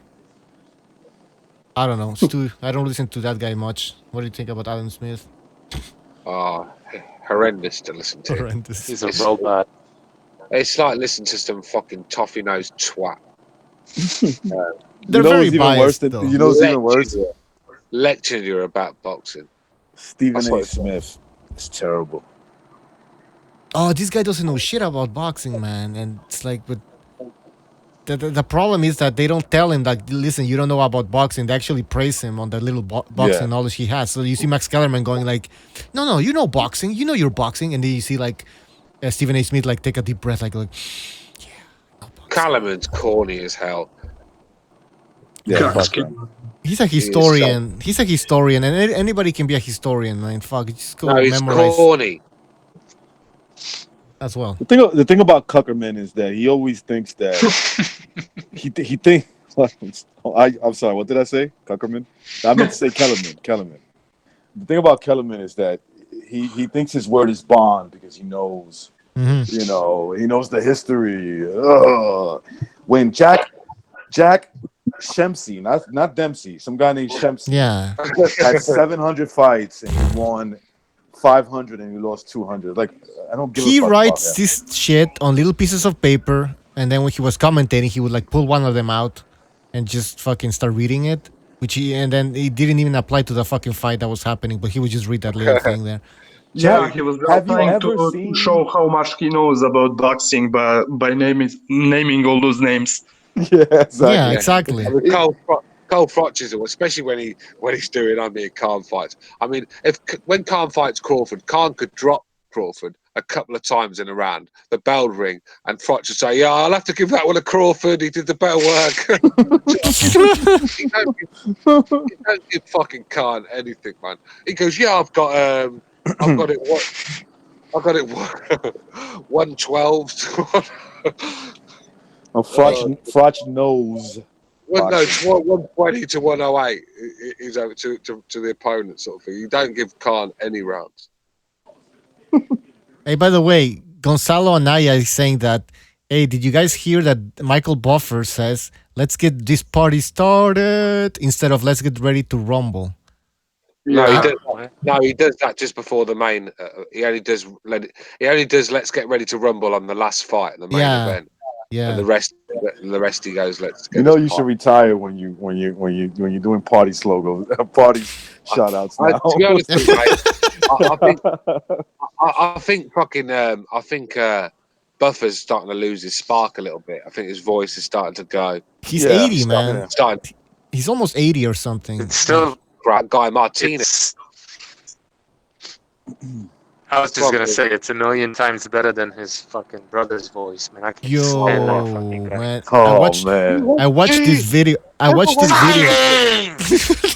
I watched this video on YouTube that was comparing Michael Buffer against Bruce Buffer, and you can see like boxing is more classy, despite some of its fans. But you could see like Michael Buffer, the way he talked, more classy, and then you hear Michael Bruce Buffer. Bruce, yeah. When Bruce is just like fucking screaming, and on top of that, he's jumping and doing spins and twisting and. Like, what is this? Like, he looked like a fucking clown. And then sometimes he gets on the fight. Hold on. He gets on the fighters' faces. Have you noticed that? He gets like, it's like Iron Mike, and he's right in front of his face, yelling, like getting on. He gets uncomfortable. I bet the fighters are getting uncomfortable. It's fucking weird. You know, well, Mike Tyson. You know, I give him credit for going to Mike Tyson because that's an unpredictable man. No, he didn't. He's very unpredictable. He's nose beaten. But his voice just doesn't carry, man. Like Bruce Buffer, he's got like his voice just projects, and he never learned, Bruce, that is, how to project his voice. And I don't know. He's like the. You thought he'd have got a style to it, changed it up a bit. It's been the same since UFC 1. Yeah, it's like the undisputed anybody junior can welterweight champion of the world. And anybody can do what Bruce Buffer does because all he's doing is yelling. I can do that. Yeah. You can do that. You know, he's like, hey, no. See, anybody can do that. Oh God! Yeah, he's the trailer park version of his fucking aristocracy, brother. Whatever country you never heard of, or a city or a country that you never heard of, like Buffer was gonna make sure you knew about it. Like who knew about Culiacan, Mexico until Chavez started fighting this I guy? know. Well, El hijo de Culiacan, Mexico. Yeah. He's good at Spanish. I remember one time, Darren Barker said he's always wanted Bruce to fight. He did the Daniel Gill fight when that was in America. It's the only one he ever, and he called him Darren Baker. Oh God! Shattered his dreams. Hey, but what about this new guy there, Diamante there, the guy with the annoying fucking dreadlocks there? Oh yeah, he's the one. Eddie Hearns used, the Jew with the dreadlocks. I can't remember his name. Diamante. Diamante, the diamond. David Diamante. David Diamante. That's it. Yeah. He's That's not probably his in real the name, for diamond sure. business. His dreadlocks touched the fucking floor, man. He's like, what the hell? This is like the Predator almost, man. Yeah, but what about that guy in the UFC? His fucking moustache was touching the floor. I mean, did you see that guy? The referee. His fucking moustache was like they're touching the floor, man. Yeah, those referees look like they could fight themselves, man. Yeah. In the MMA, I'm talking about. Yeah, that referee. I mean, he's the sort of guy that the movie Roadhouse was fucking. Did you guys talk about Eubank and Golden Boy? Briefly. No, did he sign with? He signed with Golden Boy? Eubank, DeGale. No. Eubank and DeGale, the gold medalist. I think we did on this show or earlier before where we lost all the footage for some fucking stupid reason. I like that fight. Yeah, it's a good fight. Who you guys picking? Shit. I'm probably gonna have to go with Eubank at this point. Yeah, who's the most skillful? I mean, every time I see James DeGale now, he's just getting pieced up. Yeah. I mean, I just don't know how much more this guy can take the punishment, because this is a guy who basically used his feet and his athleticism, shall we say. I know he's got decent boxing skill, but he's not really defensive. this guy's athleticism to get out of the way. When he lost that after being in war after war, he started to lean on the ropes and think he could do the rope a dope, but he was actually getting punished quite badly on the ropes Porky by Medina. substandard fighters. I mean, he fought a European guy, a Polish guy, and this guy rocked the gal to his boots many occasions. And even then, I thought, I don't know, this guy's on his way down. I just don't think he can get out of the way of punches anymore. And one thing Eubank does, once he's inside, he's going to let his hands go. I just don't think the gal is going to be sitting on the ropes, taking breeze, doesn't ride shots, he doesn't parry them, he just sits, blocks them with his face. And that's why he got his teeth knocked out against Badu Jack. His face has been swollen many occasions. I think When you Eubank's gonna be throwing more punches, and I think he's gonna be getting off first as well. And I think Porky Medina was the one that like really started everything off, Mhm. man. If you look at that fight, then I believe the next fight he's fighting Badu Jack. He just gets crushed in that fight, man. I know people Miguel thought it always was struggle with certain kind of guys. inside I don't know. fighters. Looks like I was never sold on the guy, but Badu Jack definitely beat his career out of him. I think so too. I still think it's a difficult fight to pick, just because, there seems to be bad blood there. So I'm expecting Miguel to step it up, and I feel like they're just tailor-made for each other, basically. Like they're a nightmare kind of a style for each other, right? Like Eubank can really deal with boxers. Not to say that Miguel's the best boxer out there, but he's got some skill, and Miguel can't deal with pressure. So it's like it should be a good fight, basically. Grievous in the chat says the Gale speech is slurred. I don't know if you guys have noticed that. I'm not sure. Well, it When could his be face the is swollen, I don't know. it could be Otherwise. when his teeth is missing. He definitely doesn't sound the same. The Shepherd's Son says the Gale was always hittable. The older he gets, the easier he is to hit. Yep. Saint Brit says Ward now wants to fight Adonis. That's a good one. Don't get low play started. Oh god. Yeah. What else we have? Boy. There was another comment. Oh yeah, the Shepherd's Son says Bute gave him hell. Darrell has had success against him. The Gale has been taking punishment for a long time. It seems like he's been through a lot, even though he hasn't really accomplished much. Porky Medina had his face all fucked up, man. That Polish guy, that Polish guy I was talking about, that was at European level, and he was taking big shots that night, big knockout shots. He was getting rocked to his boots. Many occasions, he was taking a lot of punishment on the ropes, and this was before he actually won world titles. So he was taking punishment then, and like I said, look at the hard fights he's been in since then. It's just got worse. Badu Jack was too big for him. I mean, Badu Jack was a light heavyweight, a big light heavyweight in there that night, and he was just hurting the gal every time he caught him clean. Was the Gale a gold medalist, if I'm not mistaken? Yeah. Okay, so I have a question for you, Stu, since you're British. What was expected of the Gale coming out of the Olympics and when he turned professional? Was this what he was expected of him? How far away is he from like what the goal was?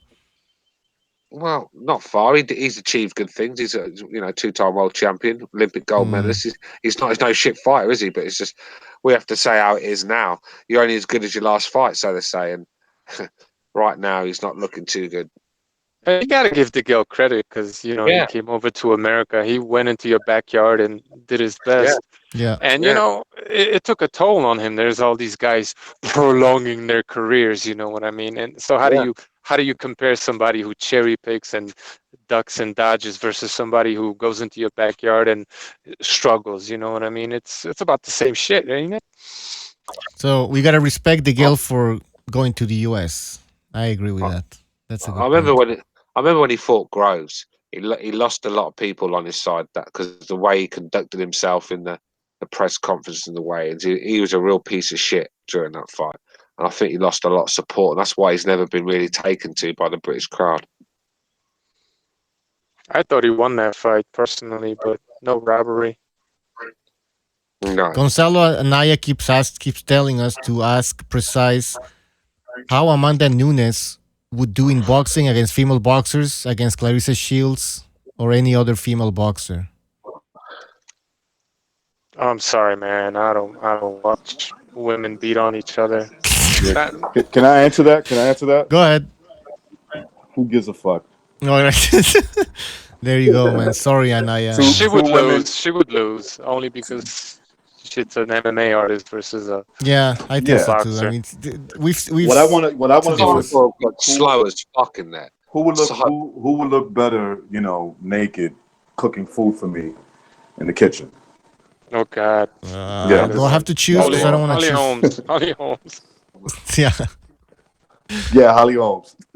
How bad did Cyborg Sanchez look like? How old and slow, and I mean, it was just a terrible performance.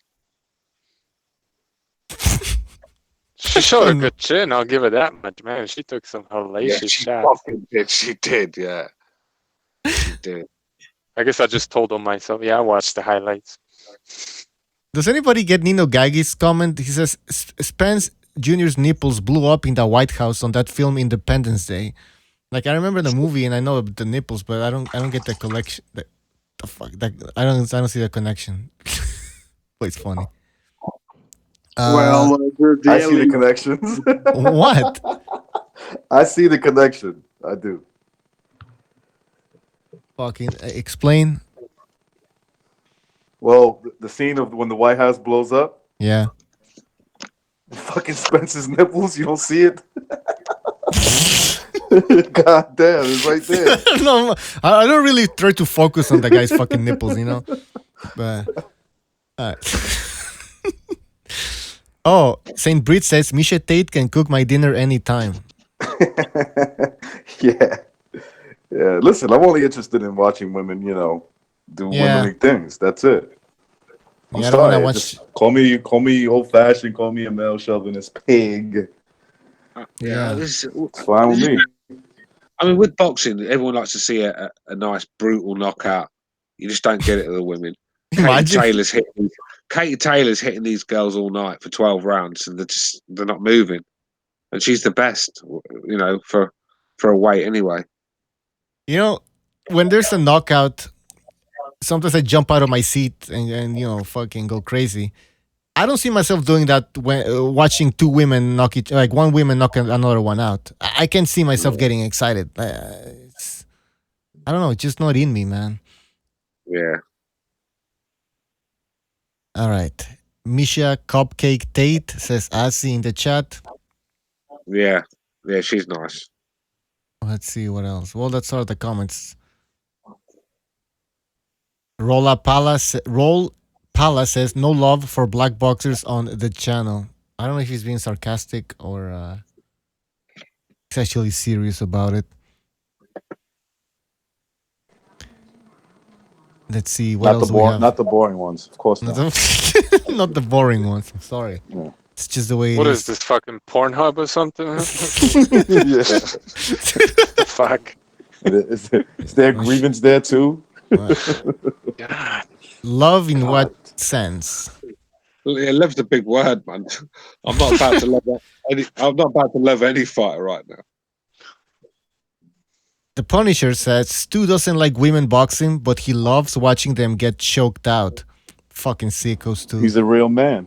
That's why. Yeah. I like doing everything. I like doing everything with them as well. Saint Brit says Clarissa Shields looks like Charles Martin. Oh shit.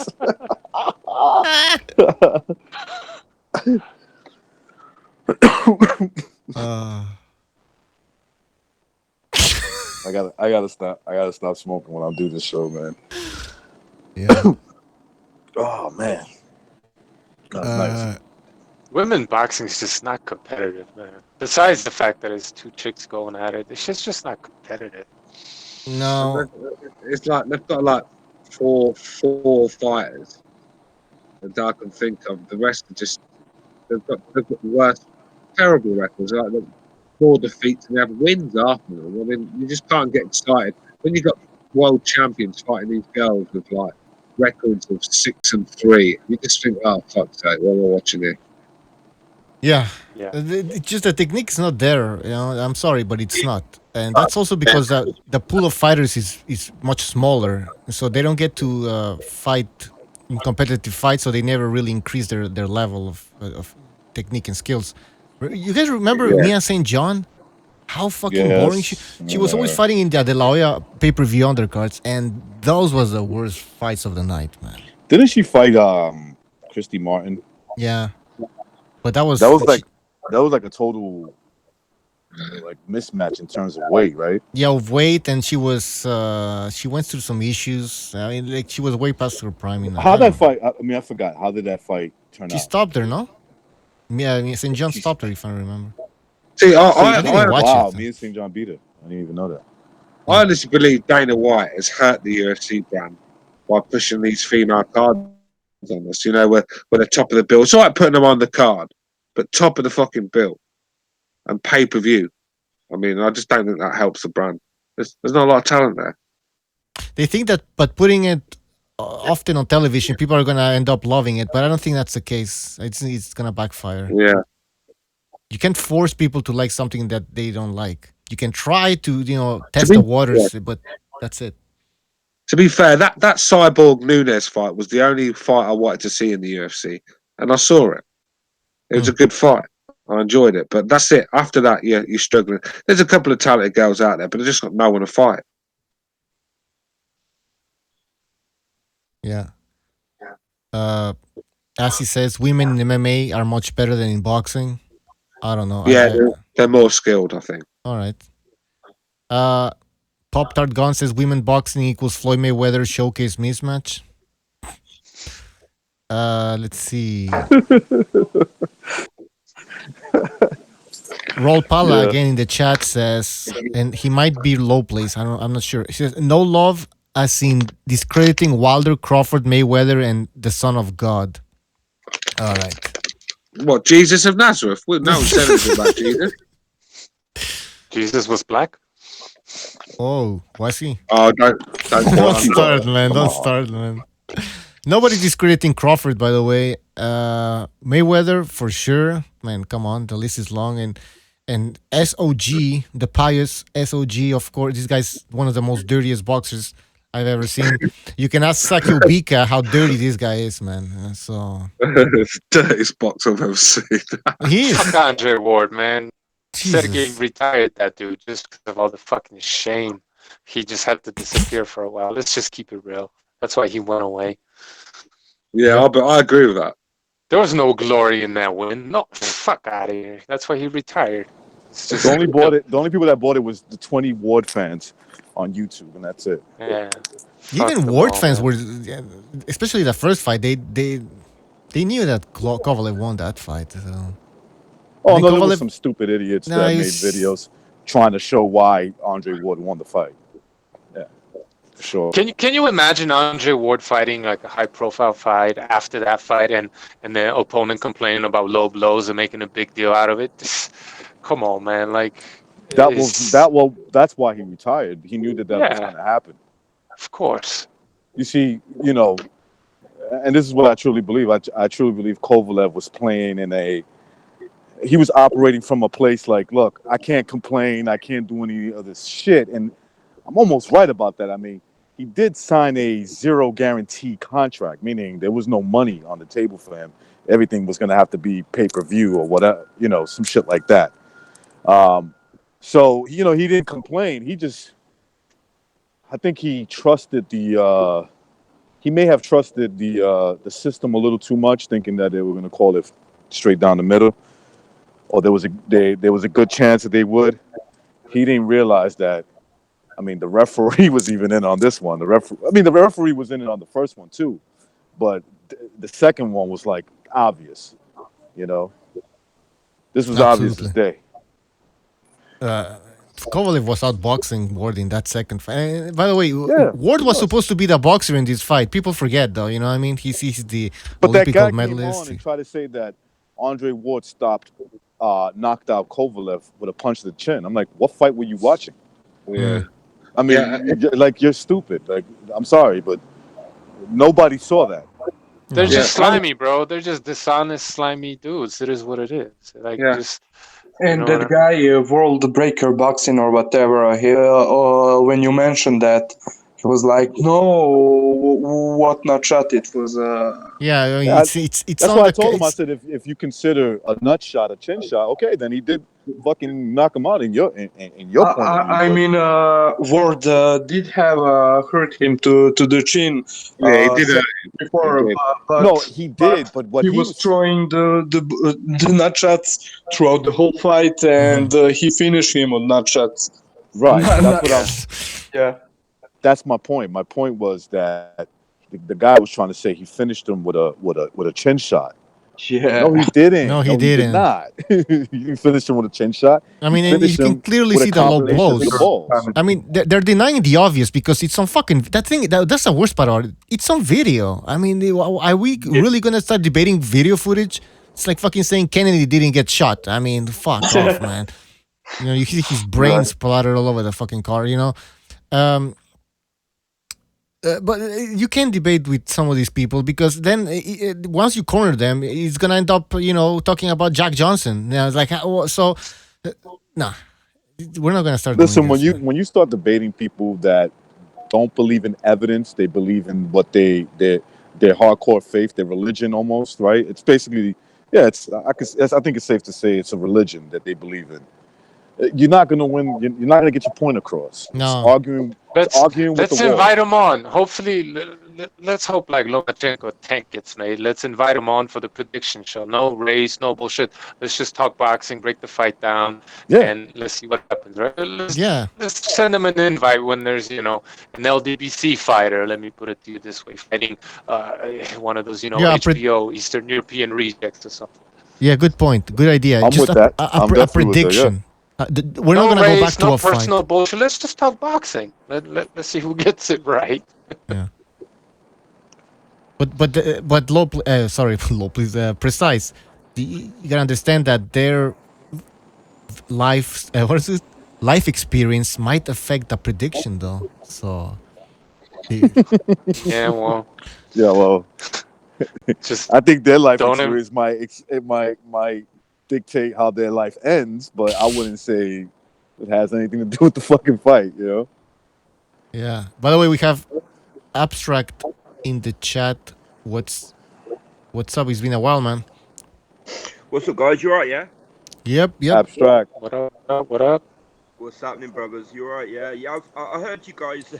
I heard the episode the other night, like, and I was wounded that I never got on. Like, I always seem to like see the notification when you already finished. So I thought I'd jump on tonight if it's not too late. Like, yeah. Well, I always send the notifications on the group chat that that we have, the Gorers layer. So. Yeah, I just see them late. Okay. I just miss them until like I end up checking and I'm like, oh shit, there's a fucking hangout, and then I look and you're already offline. Like it's like 10 to 3 a.m. here. Yeah. But like that, like those guys the other night. I mean, it is the thing. I posted this in a comment. It's like they're trying to claim that guys like 78 are not racially motivated or biased. It's like I don't know how anybody can sit there with a straight face and say something like that. And I made the point in the comment. It's like, so if you look at two things that have occurred in this year that we've just had of boxing, there was Terence Crawford becoming undisputed, and then there was Alexander Usyk becoming undisputed.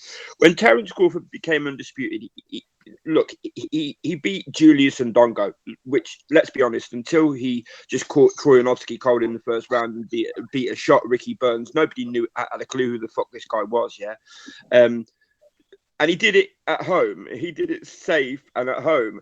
And if you watch the 78 video after that, he acts like he's done some kind of Pacquiao once in a lifetime, never before done shit. It's like he's the second coming. And then Usyk goes on the road. He beats Hook in Germany, Bradis in Latvia.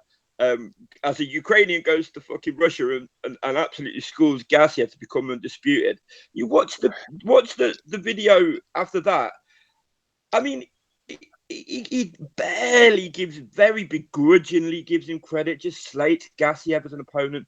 I mean, the idea that this guy is, and there's only one difference between those two, other than things I've just stated, which is the colour of their skin. So to claim some of these guys are not, Fanon's another one that's just like absolute trash and fucking That guy's a trash. joke. By the way, in the chat, what's his name there? Hold on. What the fuck is that sound? Somebody needs to mute their mic.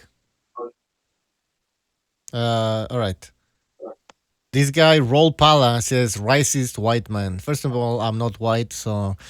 But, all right, man. You've had enough comments, you know. So either you start saying something that's not racially motivated, or some. You want us to argue something, then okay, we can debate anything you want. But come on, step it up, man. All right, step it up. Because you're gonna get fucking blocked. Anybody in the chat that sort of like has a problem with, I'm only saying this because it was just me talking. That I don't know if I don't watch the chat really after time, so like I don't know if it's when I'm talking that they're saying it. But anybody in the chat that wants to debate anything that we're saying, as Butcher said, you're welcome to come on and I'll debate with any of you. I don't mind. Like so. Yeah, I mean, we're not gonna jump on you. We're not gonna scream like other channels. I've seen that happen, you know, it just goes fucking insane. Everybody's yelling. We're not like that. All right? No, Yeah.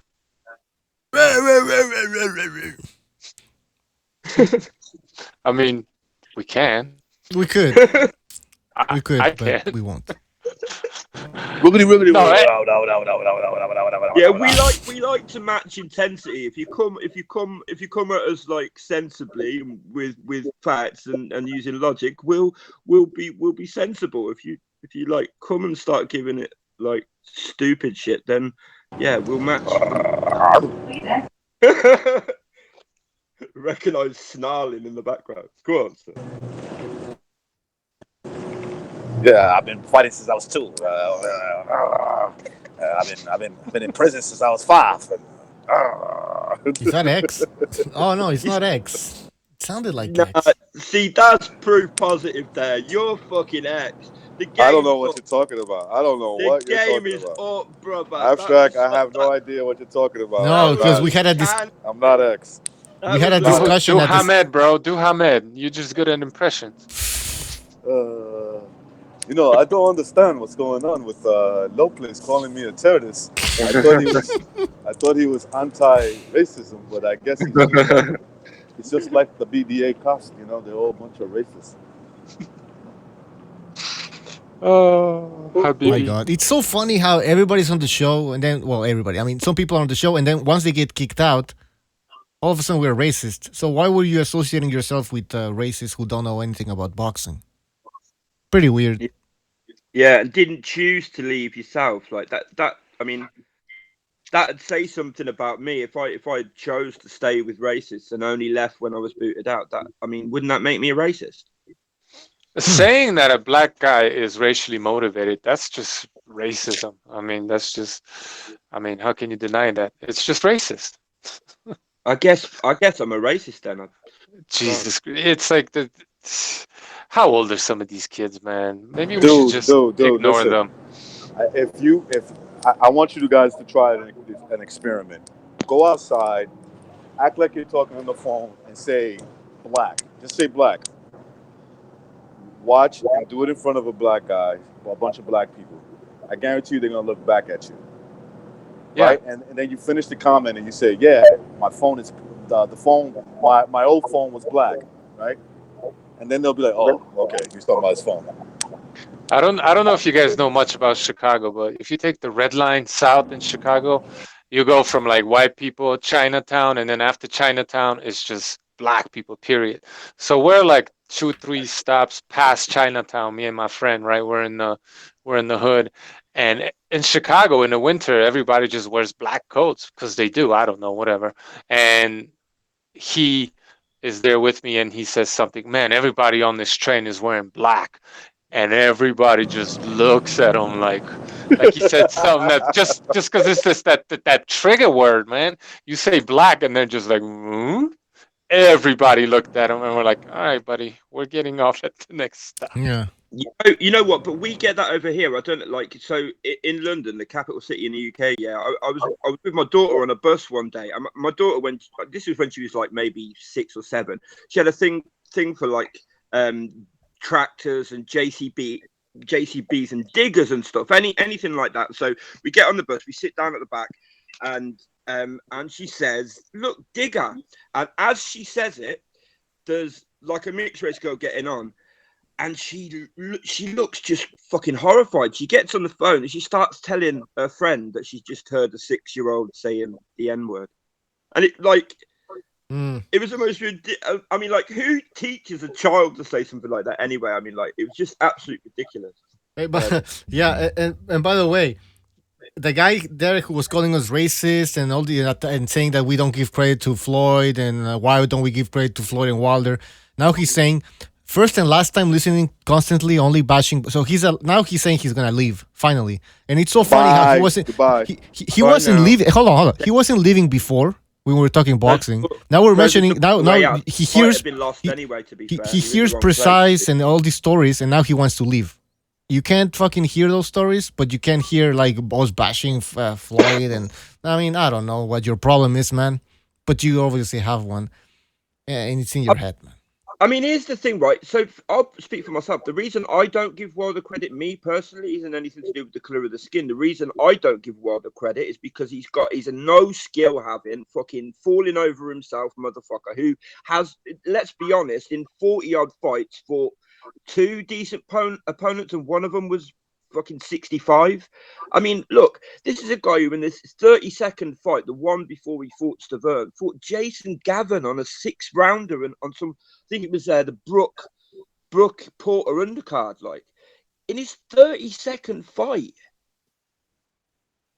I mean, Jason Gavin is like, I mean, I think AJ just sparked him in about 2 rounds. I mean, look, there's reasons that, I mean, I don't care about the color of a fighter's skin, man. If they're good, they're good. If they're shit, they're shit. They fight bums, I'll say they're fighting bums. And he's fought bums his whole career. Sorry. Yeah. I mean, it is what it is. I mean, we're not making this stuff up. It's not open to interpretation. It's facts. I mean, but abstract. What's understood don't have to be said. True enough. Exactly. By the way, we have McGregor Boxing who's back. You can join anytime. I just want to say sorry, Bucho. Like I feel like sometimes addressing some of these dweebs, it's just like giving credibility to the shit they're saying. You know what I mean? I don't know. Like anytime anybody calls you a racist and you start defending yourself, it's like you're giving credit to them. Like fuck them. Tell them you don't give a fuck what they think of you. You know what I mean? Like that's true. That's the way to be. That's what BDA is always telling me to do. Like, just ignore these people. Yeah, it's like, listen, I'm a racist. You just don't. You just want out of the argument, bitch. That's all. That's the way I see it. Yeah. I mean, it's a good point, Precise makes, because really, essentially, if you start addressing it, that's like you're on the level of the fact that somebody has made a sensible comment. You know, like it's almost like a supposition there that it was a sensible thing they said, and it's fucking not. To call somebody a racist without evidence just makes you a fucking idiot.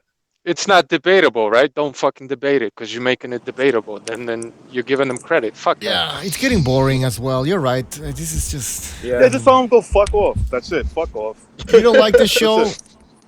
Hey, like Mike Tyson said. Talkers say fuck off, like I love the way they say that. Fuck off. Yeah, just fuck. Just look them dead in the eye and say fuck off.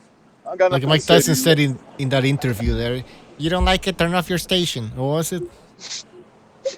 Remember Mike Tyson? He was being interviewed on the via satellite, and then he was attacking this journalist, whatever. And you guys don't remember, huh? Fuck. All right. Who was it? Who Mike Tyson. About? Mike Tyson. I'll play it. Yeah, Mike Tyson. Yeah. And he's like, you don't You're like talking it, about turn off your the guy station. from Channel 11. Well, at least over here in New York, it's what is it? WPIX. It's like a low level. It's not the bigger station. It's like local over here.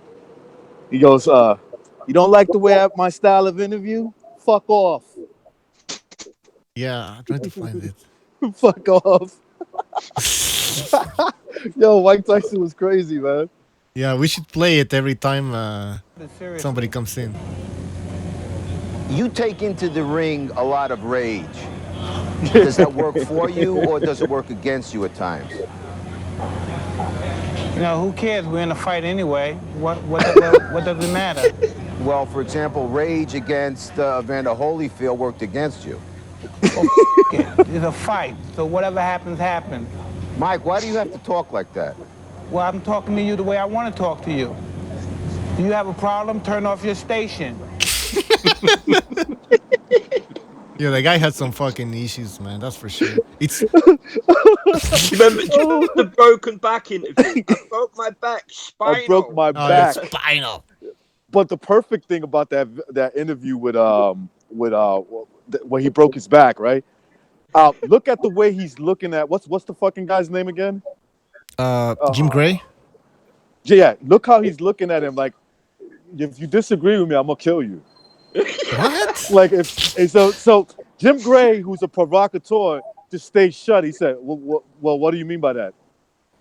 Spinal. It's my back. You know, there's something wrong. I said, doctor, what's wrong? He says your back is broken slightly. That was so weird, man. And it's very slightly. It has to be. Jim Gray. Broken spine. I love Tyson, man. He's got to be one of the best characters we've ever had in boxing. If you look at some of his more recent, of course he was, man. Oh man, if you look at some of his more recent interviews as well, where he's softened a little bit and he's still fucking mad as a box of frogs. Even when he's making people laugh, he's like proper funny in that. He's like nuts. You can tell. I love him. I do. I think he's great. And Jim Gray was always usually involved in weird interviews, though. Like he also looks kind of weird, like an awkward person. And remember with when he was interviewing James Toney post fight, then he's like, "We're trying to keep it civilized" or something, and then like James Toney fucking takes the mic and fucking drops it on throws it on the floor. Yeah. But I agree. He had a weird way about him. He had a weird sort of like. It was almost like he was confrontational without wanting to be confrontational. He was kind of like with innocent intent, but he'd always say something that'd be like, you know, get their fucking back up and that. Like a lot of fighters didn't like him. You could tell. Yeah. He was properly, like he was trained properly as a journalist. You're supposed to be that way. You're supposed to be deadpan and ask, you know, tough questions. But he was just biased at the same time. So it was I don't know. He had the right idea. He was doing what you're supposed to do, but it just rubbed people the wrong way because he was biased. Well, let's listen to one of these clips. Bottom line, Detroit in the house. Emmanuel Stewart, James, I got your message, baby. Let's try and have let's try and have a decent interview and a No, conversation here. Hold on a second here. Look,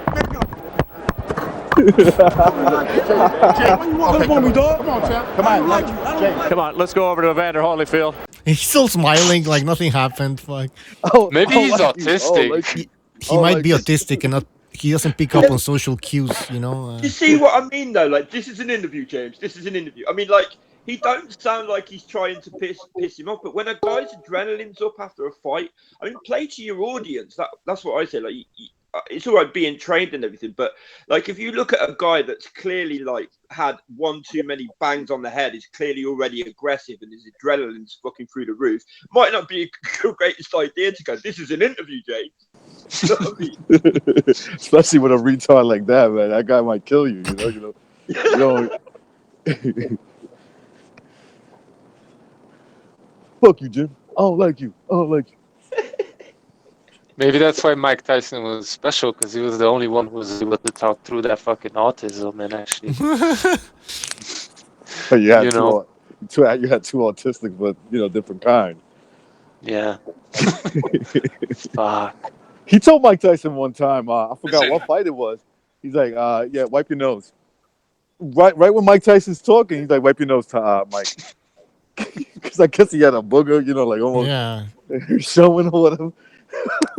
It's like, You dude. gotta be crazy to tell Mike. Yeah, I'm trying to tell you, man. There's something wrong with that, man. Because I don't know. If it was me, I think I would just the danger zone of a man acting like him would like the senses would spark up in me, and I think I would approach it a little different. It would for most people, man. That's what I'm saying. There's like something not right with that guy. He's autistic, like Precise said, man. The entire fight, we could read your lips and hear you. You can't hit me. Were you at ever any point hit with a shot that concerned you? Negative, man. He couldn't hit me. Hello. He couldn't hit me. He was shadow boxing. When this fight, when you knew that you were losing rounds, particularly early, it seemed as though you were able to take control, came alive in the 5th round, and then the 6th round, you seemed to be much more. Were you feeling out in those first few rounds, or what was your strategy? Listen to me. You seen I came out with French Montana. I ain't worrying about nothing. So, with that being said, I got to give a supreme shout out to Al Heyman, Aviance Jules, you know, breadwinner for this nice 18-karat grill in my mouth. You know, and let me. This is not. It's just funniest interview. It's not even funny. That's like a true ghetto. What you call a redneck, a black redneck. Yeah. By the way, we have Gonzalo Anaya. Finally, he was begging for a link. So you better talk, Hello. man. What's up? Yo. Hey, what's up, Precise? How you doing? Chilling. What's going on? Seems like he's a big fan of Precise. I'm all right. He was asking a lot of questions. I'm up here in the Philippines, and I got this thing called Pocket Wi-Fi. It's hard to get the time zone down and use this Wi-Fi. I have to get like real Wi-Fi, but I'm on, I guess, so I'm able to contact you guys. I've been listening to BDA for I think almost 2 years. Before I came over here, I was living at my mom's house in Tijuana. The hell are you doing in the Philippines? I got married to a Filipino citizen. Okay. All because I wanted to come to the Philippines, well, partly because I'm a veteran. I was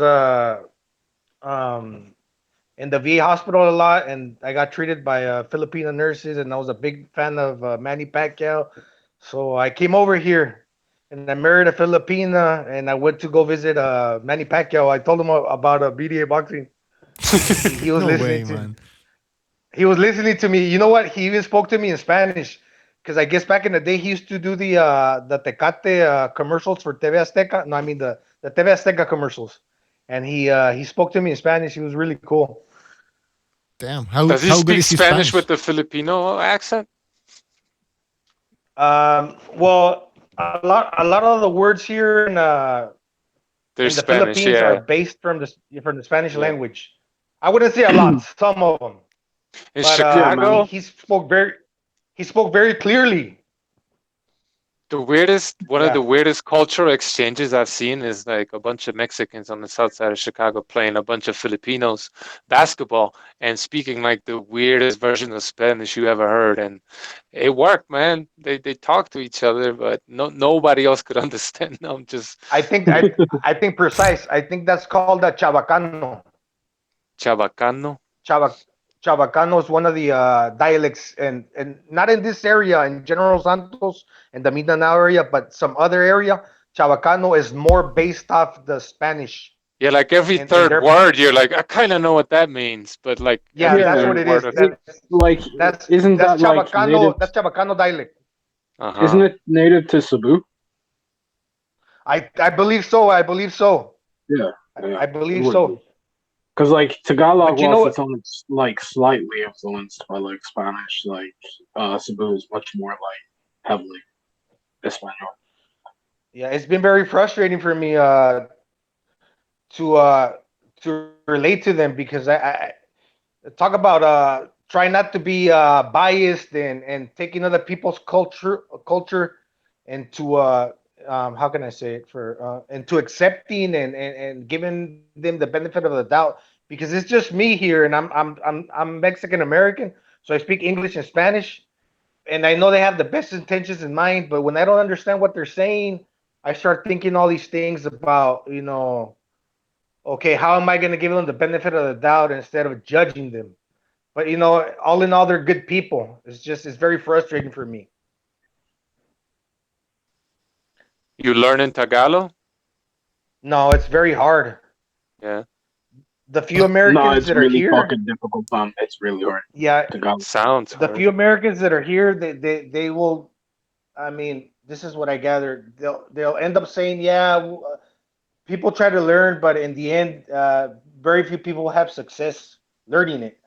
I'm The not main saying that reason for nobody that is can. there's so many islands, though. There's just Jesus. so many islands there, so the dialects, they differentiate so much. So you've got so many different variants. And even in some variants, people use clicks when they're speaking. And you know what it is with the language thing? It's because it's like any other foreign language. To me, how they talk is very fast, and to them, how I talk in English is fast.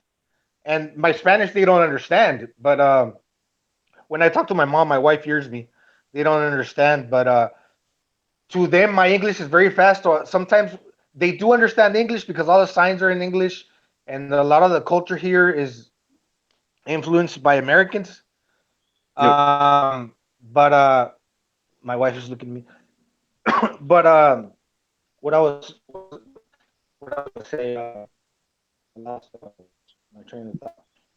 Yeah, I forgot what I was saying. Culture, American, English. Yeah, you don't want to be. So you Yeah. walk up to a dude thinking like you're saying, "How's it going, my man?" And he's hearing, "I want to fuck your wife" or something like that. So. That's a bit of an extreme. No, and you know, a lot of times I have to like dumb down my, for lack of a better word, my English. Do you know how a person speaks slower? Then you try to talk to them at their level. Yeah. And like my wife speaks with that accent, and so I try to emulate her accent in my English to be able to relate to her. And so sometimes like I have lately I haven't been practicing my English so much where I can talk fluently to somebody like I'm speaking now, you know, to you guys. Yeah, you find Because yourself you find yourself doing that automatically. It's almost subconscious because, like, I'm ex-military as well, and I've been all over the world. In certain places, like, you find yourself sort of like missing out words. It's almost like a childish form of English that you just find yourself using to try and, I don't know, try and make yourself understood a little bit. It's almost subconscious, right? Yeah, yeah. So I grew up in Tijuana, and I grew up in Tijuana, and I was doing the amateur boxing, and it was like 12 guys, and I was training with Eric Morales, and my neighbor, he fought Manny Pacquiao, and he fought Bobby Pacquiao. But the guy right next to my house, his name is Hector Velasquez. He fought Pacquiao in 2005, and we grew up together. He's from Mazatlan, Mexico.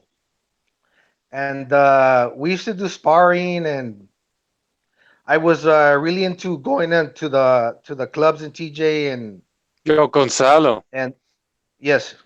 Did Tony load them gloves, man? Tell the truth. Oh, I know Margarito. Yeah, yeah, I know Margarito. He lives close to my house. He lives were they about 5 loaded? minutes away from my house. Tell us about them raps for real. I never. What do you think? I never spoke to him about the raps.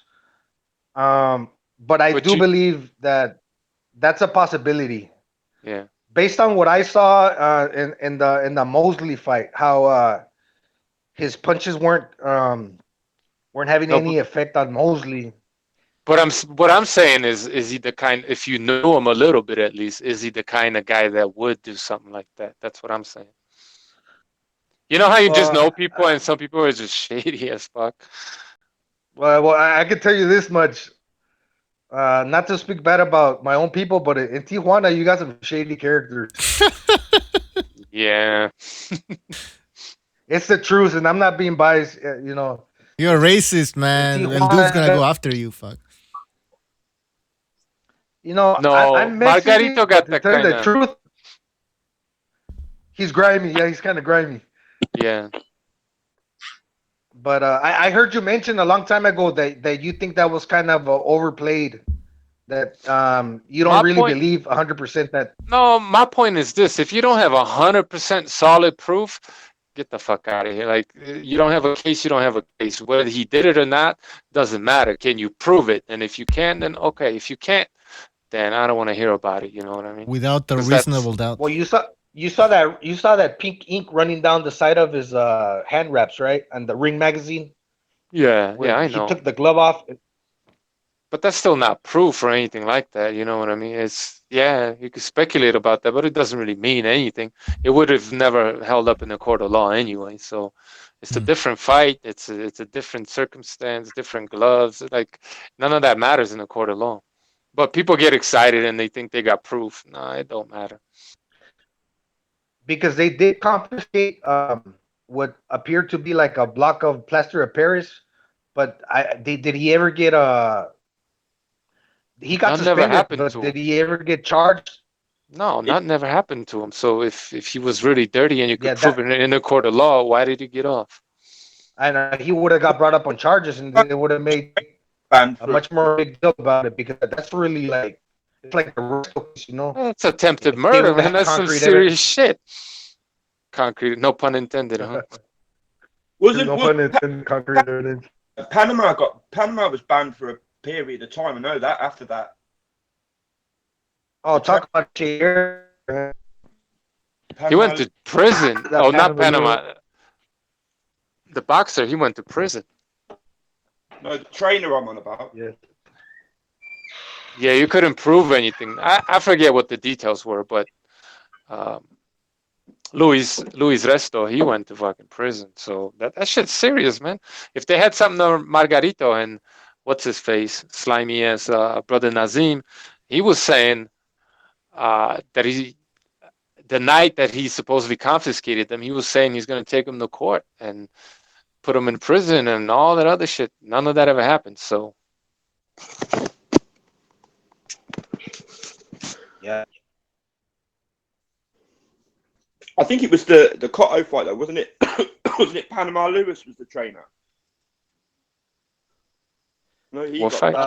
For the Cotto fight, that was Nassim Richardson, Yeah. and it was Margarito's trainer. Margarito's for trainer. Margarito Capetillo, I believe. Yes. Yeah. And I don't know if Capetillo has been involved in other shady incidences that I recall, or what his track record is. But you know, I can't say if he did or did not. Who am I? You know. But like I said, there's a lot of shade that goes down here in Tijuana. Yeah. But one thing Even- about Margarito was he did have. If you say could he have a hard punching power based on the type of man he was, like at 147 pounds, because he could take a lot of punishment. So you know his bone density, his strength to be able to take a hit was good. So you're thinking if you're solid enough to take a punch, receiving something hard, like like he was, I mean, he had to be strong in order to deliver one too.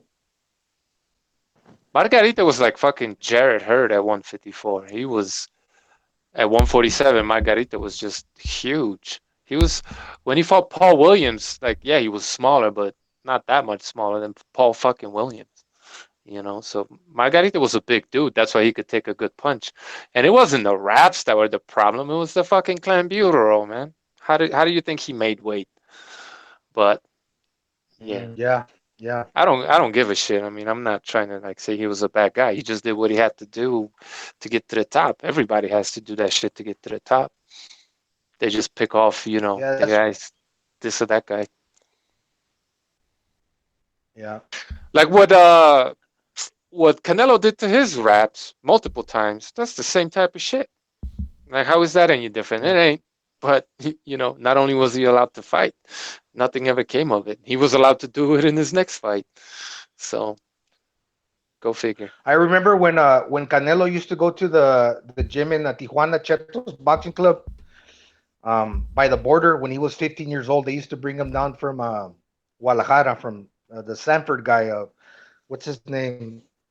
I forget, but he used to come down there, and my other friend, his name is Jorge Juarez, he beat Canelo, but they gave him a tie back in the day. That's one of the guys that used to spar him and Hector, the guy that fought Manny.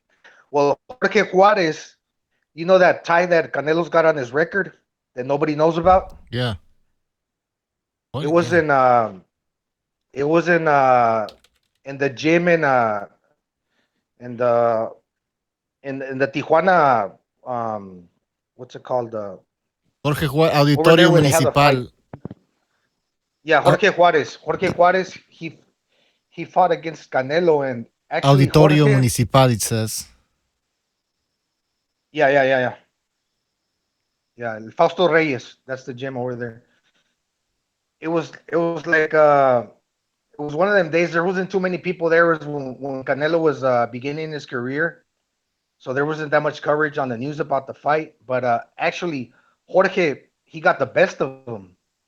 But they gave Canelo a tie, but he was just developing back in the days. Yeah. How Canelo was he a product of the media? I don't know. He's good enough. I didn't have a lot of faith in Canelo until just recently, until this last Triple G fight. I mean, he always showed that he has good skills, but I wasn't really sold at Canelo. He is a good fighter, but he just showed me a lot more in this last fight that I kind of believe in him. But I'm not gonna go as far as to say that because I'm Mexican that Canelo's my idol and he's unbeatable. No, no fighter is really unbeatable. Do I really like him as a person? At the beginning, before the Triple G fight, I thought his attitude was kind of like one of them, high school jocks that think they're better than everybody else and they're not humble. And many Mexicans didn't like his attitude also, and and a lot of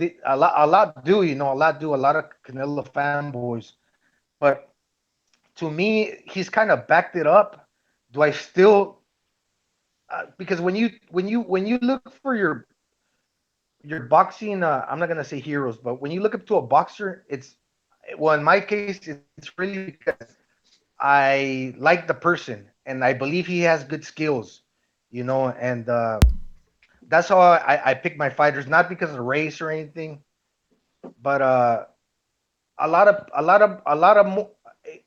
of people nowadays, and I see these channels on YouTube are putting a lot of faith in Canelo. That he's this really really good fighter, and they kind of threw Triple G under the bus, which I don't understand because you could say that definitely the first fight he lost against Triple G, and the second one, if Canelo won, it's okay. If Triple G would have got a tie, that would have been fine, even if Triple G would have won. A lot of people would have said, no, well, Canelo actually won this one. Yeah. It's okay. I mean, they gave it to Canelo, but why is nobody talking about Triple G no more? Like how good he is, and all these other. Well, some of the LDBC channels are kind of saying that that He got Golovkin exposed. is avoiding Yeah, the but Charlos, and that he's. I don't, and if they put Canelo so high on the pound for pound, like a lot of us do nowadays, to include myself like a number 5 or number 4 in the pound for pound. Where is Triple G? I mean, Triple G should be at least in the top 10 because that was such a competitive fight that that Triple G pound for pound.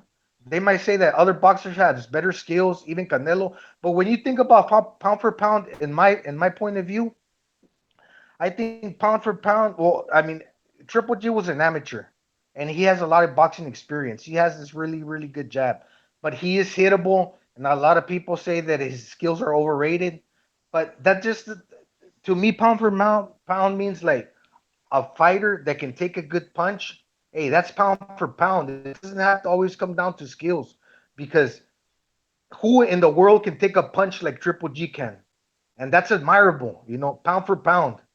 That means pound for pound means that your body and that weight that a human lives in this world, can do something that nobody else can. And the way Triple G can handle a punch, and the way he can punch, and the way he can box. Because if you had like, you can't be all the same styles at one time. If you would have a style that's like a boxer, you think you would be punching in there with somebody blow for blow. No, you would be boxing, and you would be boxing because you probably can't punch. So you when you say Yeah. somebody is a boxer, on he's not a puncher. Well, guess why that boxer is boxing the way he is on his back foot and moving around, and he shows a good game and shows his good skills because he's not going to go in there and trade So he with somebody can't. that he cannot That's the trade with. thing. You know, They can't so do it. if he can say again, Bucho. I said they can't because they can't do it. They can't come forward. That's the lack of skills. Also lack of punching power. Yeah. Punching power. A lot of it is from So- skills. Technique, how you throw the punch, and they don't have So this technique. Yes, exactly. So if you can come forward, and you can be a fighter, and show grit and take that punch and dish it out. I mean, you can't give respect to somebody like that. Why can people accept that? Who else in the world can do that like that boxer can? If you can do it like that, hey, I mean, my hat's off to you. Who's the next guy that's gonna go toe to toe with Canelo? Exactly. That's Who's a gonna good go point, toe to man. toe with him? Everybody's gonna run from Canelo, man. Yeah. Unless it's 168, Yeah. Yeah, on 160, there's nobody that can do that other than Golovkin. I don't see Billy Joe Saunders. We know how he's gonna fight. We know how Andrade is gonna fight. Well, maybe Jacobs, but I don't think he's gonna get the best of it though. No, Jacob's gonna use his length in that fight, man. He's not gonna want to trade with Canelo or take the chance of exchanging with Canelo like Triple G. He's did. gonna pick. He's gonna do some exchanges like a bit like when he fought Golovkin, but it's gonna be sporadically done, But you're right. He's gonna be on the back foot for the most part, though. So Maybe you're right. Derevianchenko, but I wouldn't be a good idea in my opinion. I think if Derevianchenko fights Canelo, he gets knocked out. Yeah, I don't think Derevianchenko fights like that anyway, does he? He's Exactly. More He has of a no boxer choice. as well. He has no choice, and he has balls to do so. I think Derevianchenko, when I first saw him, he looked like muscular, but when I saw him in the fight against Jacobs, he actually looks like a small middleweight. He's more like a 154-pounder, maybe. I don't think it's not necessarily that he's more middleweight. I think it's more that he's short. He's short. Huge. Jacobs is huge. Like more. Yeah. I mean, I think that's part of it. Jacobs is quite big, isn't he? But what you're looking at there is one fighter that gets drug tested up the ass, and the other fighter who they turn a blind eye to, so he could drop a lot more weight. Basically, is what I'm saying. Yeah. I mean, Canelo. I actually fielding. think. Go ahead. Maybe Jacobs does better at 168 pounds, but you got to also wonder what's he scared of, that he's going to get punched by bigger guys, But he's actually a big dude where he wouldn't have to come in so. I'm not saying dehydrated, but which he did look a little what is it called? Dehydrated in the weigh-in for his last fight. Well, maybe he's not scared. Maybe he just wants to have big money fights at middleweight division. Maybe that's it. Yeah, there's no real big money guys at 168, and plus there's some real big lumps up there. If you look at someone like Callum Smith, what is he, 6'4"? Groves is quite a big guy. Benavidez, I kind of like Benavidez. I was a bit pissed off what happened with him. I think he's good. There's a lot of big guys up there, though, isn't there? It might be a bit different. I think I agree with Bucho what he said. Like, if he only went with Canelo, who's going to stand toe to toe with him? It will be when he goes up to 168. It'll be someone like Callum Smith or something that knows he's like a lot bigger than him, and he does have the power to potentially hurt him. But Canelo looks like he's. I was surprised at how good his chin actually is. Like in them Triple G fights, some of them shots he took, fucking hell, like they both. I wasn't. Canelo always had look at his fucking head, bro. Look at his chin. Yeah. He's just a fucking bulldog. Yeah, and I've seen him take punches like that before. But the thing is, precise. A lot of the times, like he was like at 154, he was so much bigger than a lot of the guys he was fighting. So it's hard to sort of like look and say, okay, he's taking a big shot off like Angulo or something when he's coming in at fucking 180 pounds and whatnot. But when he stood there with Triple G, I think that was the first time you really told just how good his chin. Obviously, he had a good chin, but just how good his chin was, because Triple G hits like a mule. And I mean, those two guys fucking went at it for 24 rounds and never. I get what you're saying. He definitely proved that he had a chin against Triple G, and that was the first time he really proved it. What I'm saying is that, like, I wasn't surprised, but he did prove it. He for sure proved it. Did you see? Yes. Did you see his brother Ramon Alvarez get hit by Omar Chavez, which has no boxing skills, but he's heavy-handed, and the fight got stopped?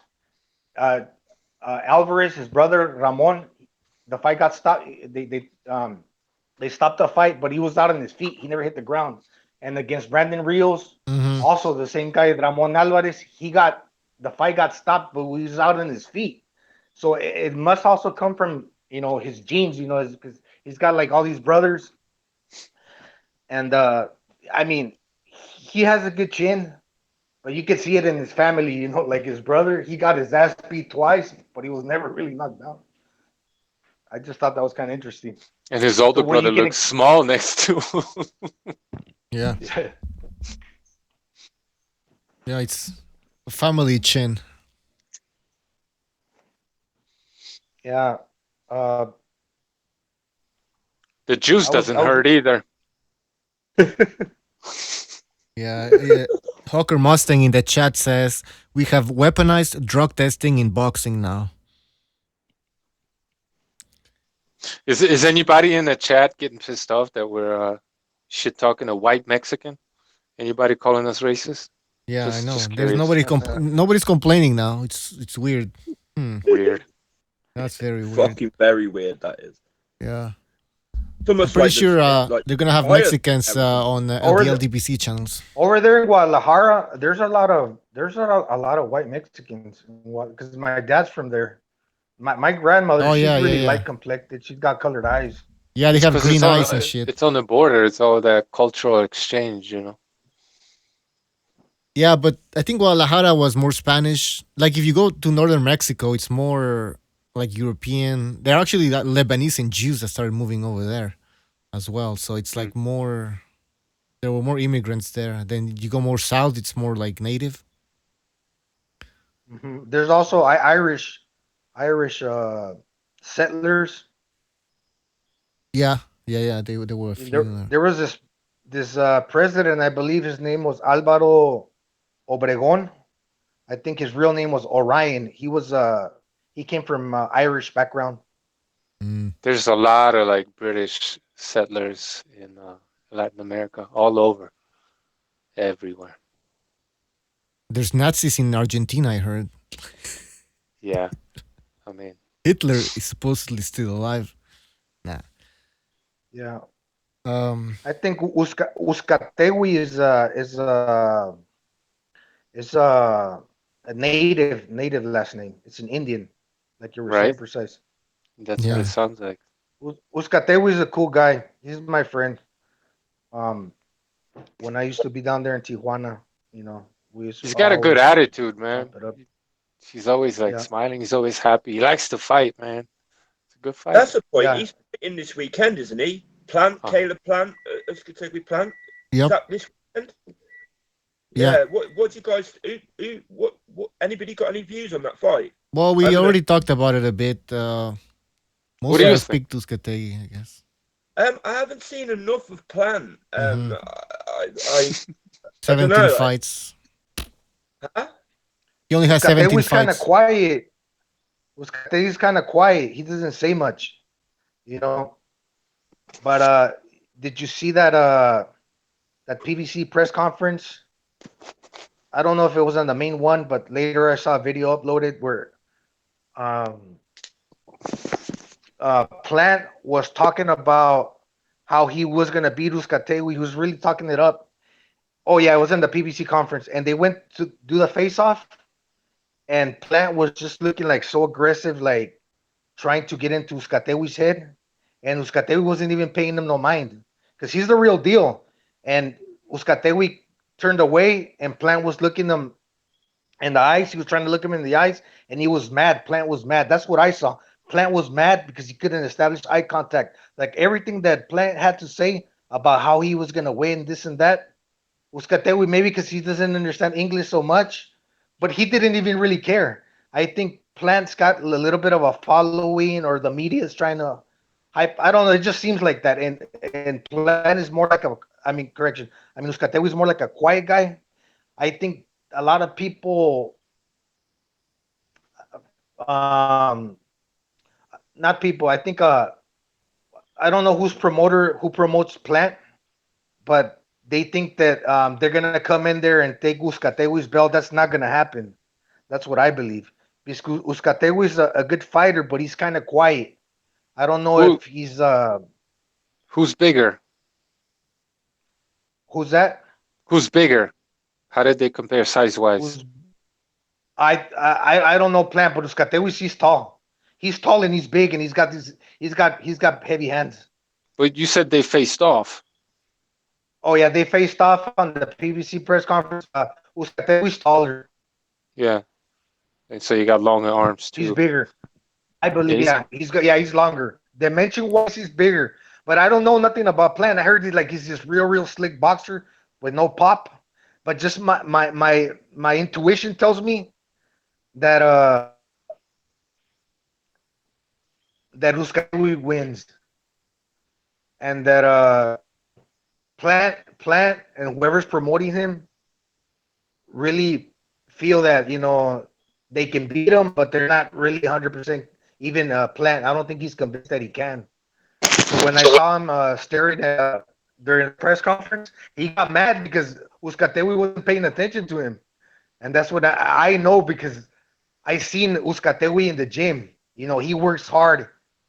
Training down in Tijuana and San Diego, putting in the work. And I'm not saying that boxers everywhere around the world don't put in the work, but since I've seen this guy and I know everything that he had, even coming from Venezuela down to train to a different country to get the opportunity.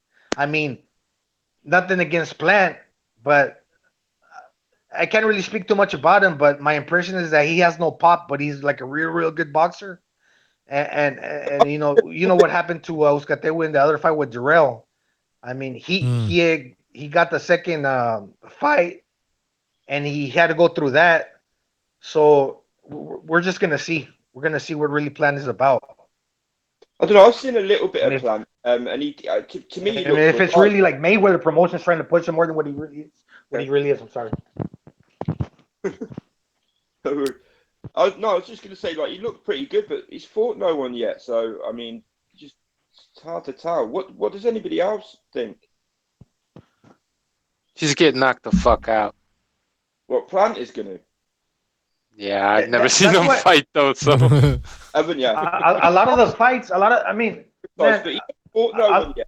Look, anybody can look good against Cans for however many fights, and the little bit I have seen of him, he did look pretty good, to be quite honest. He looked like he had a lot of skill, but yeah, I mean, is that how you pronounce it? Uzcatewi.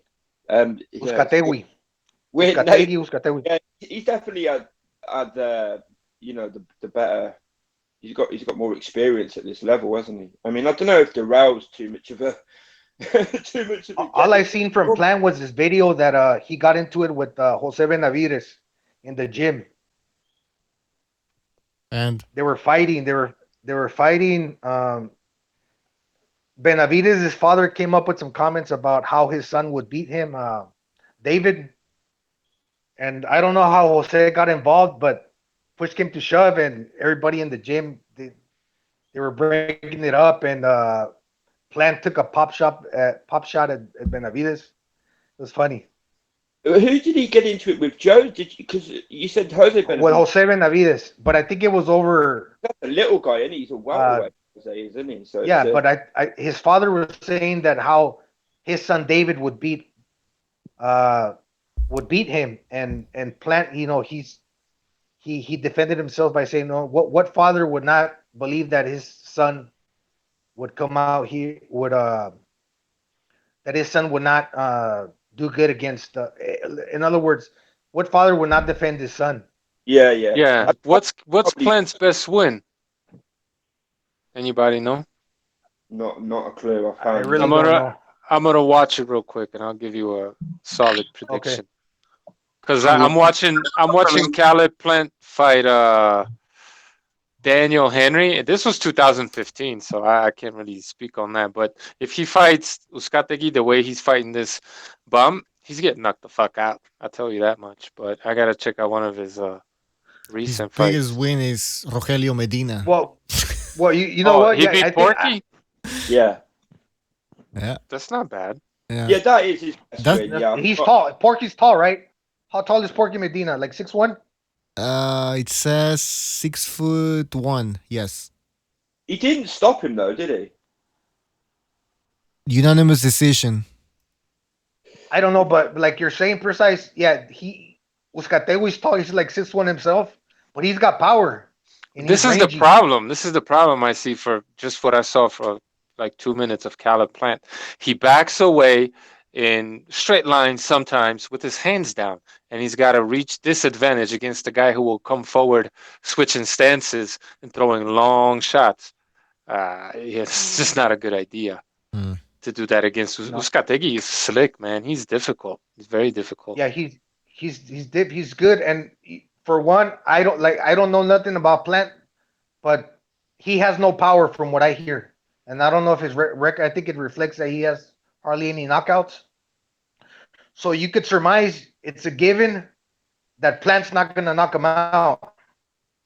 So if it goes to a decision, that's where I think, since Plant is promoted by Mayweather, I believe, promotions, and he's the boxer. I mean, I'm not saying that he's going to get robbed, but Uzcategui's got to go out there and put on an impressive performance.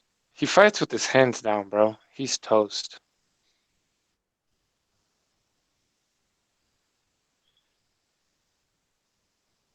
All right. Maybe we should end the show now. It's been like 2 hours, maybe 3. And for other people who were here before, it's been like 6 hours. So we should end it now. Right on. Thanks for joining Sorry us. if I was talking too much, fellas. No, it's okay, man. And you can join us anytime, man. I don't know the time zone. What time is it over there? I appreciate it. Right now, let me see. Right now, it's 11:47 a.m., almost 12 noon. So you're 13 hours ahead here. Jesus. All right. No, actually, what am I saying? 24 hours, 25 hours. Is that fucking possible? No, All like right. 16, I think. I'm Yeah, 16 16. from, Oh, yeah, 16. I can't even California. fucking count. I don't know All how right. much from Canada. It's 10:45 here. PM. It's today's Thursday. Today's Thursday here. Ucho, if you ever get an intro, that's got to go in your intro, man. 25 hours at 25 Yeah, hours. I'm fucking tired. I'm like, wait a minute, it doesn't make sense, man. Oh, man. Yeah, that's going to be my intro. All right, guys. Thanks for joining us. We'll see you next time. In the chat, everybody as well. Thank you for joining us. Don't forget to subscribe to the channel, to subscribe to Precise's channel, Recognize the Matrix channel, Abstract. Everybody has a channel, and I'll be posting the links in the description. Thank you for joining us, and we'll see you next time. Take care. Yes, guys. See yourselves. What is this song?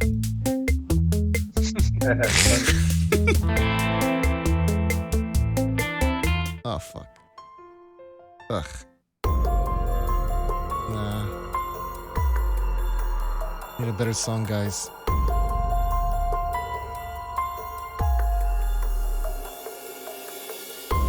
There we go.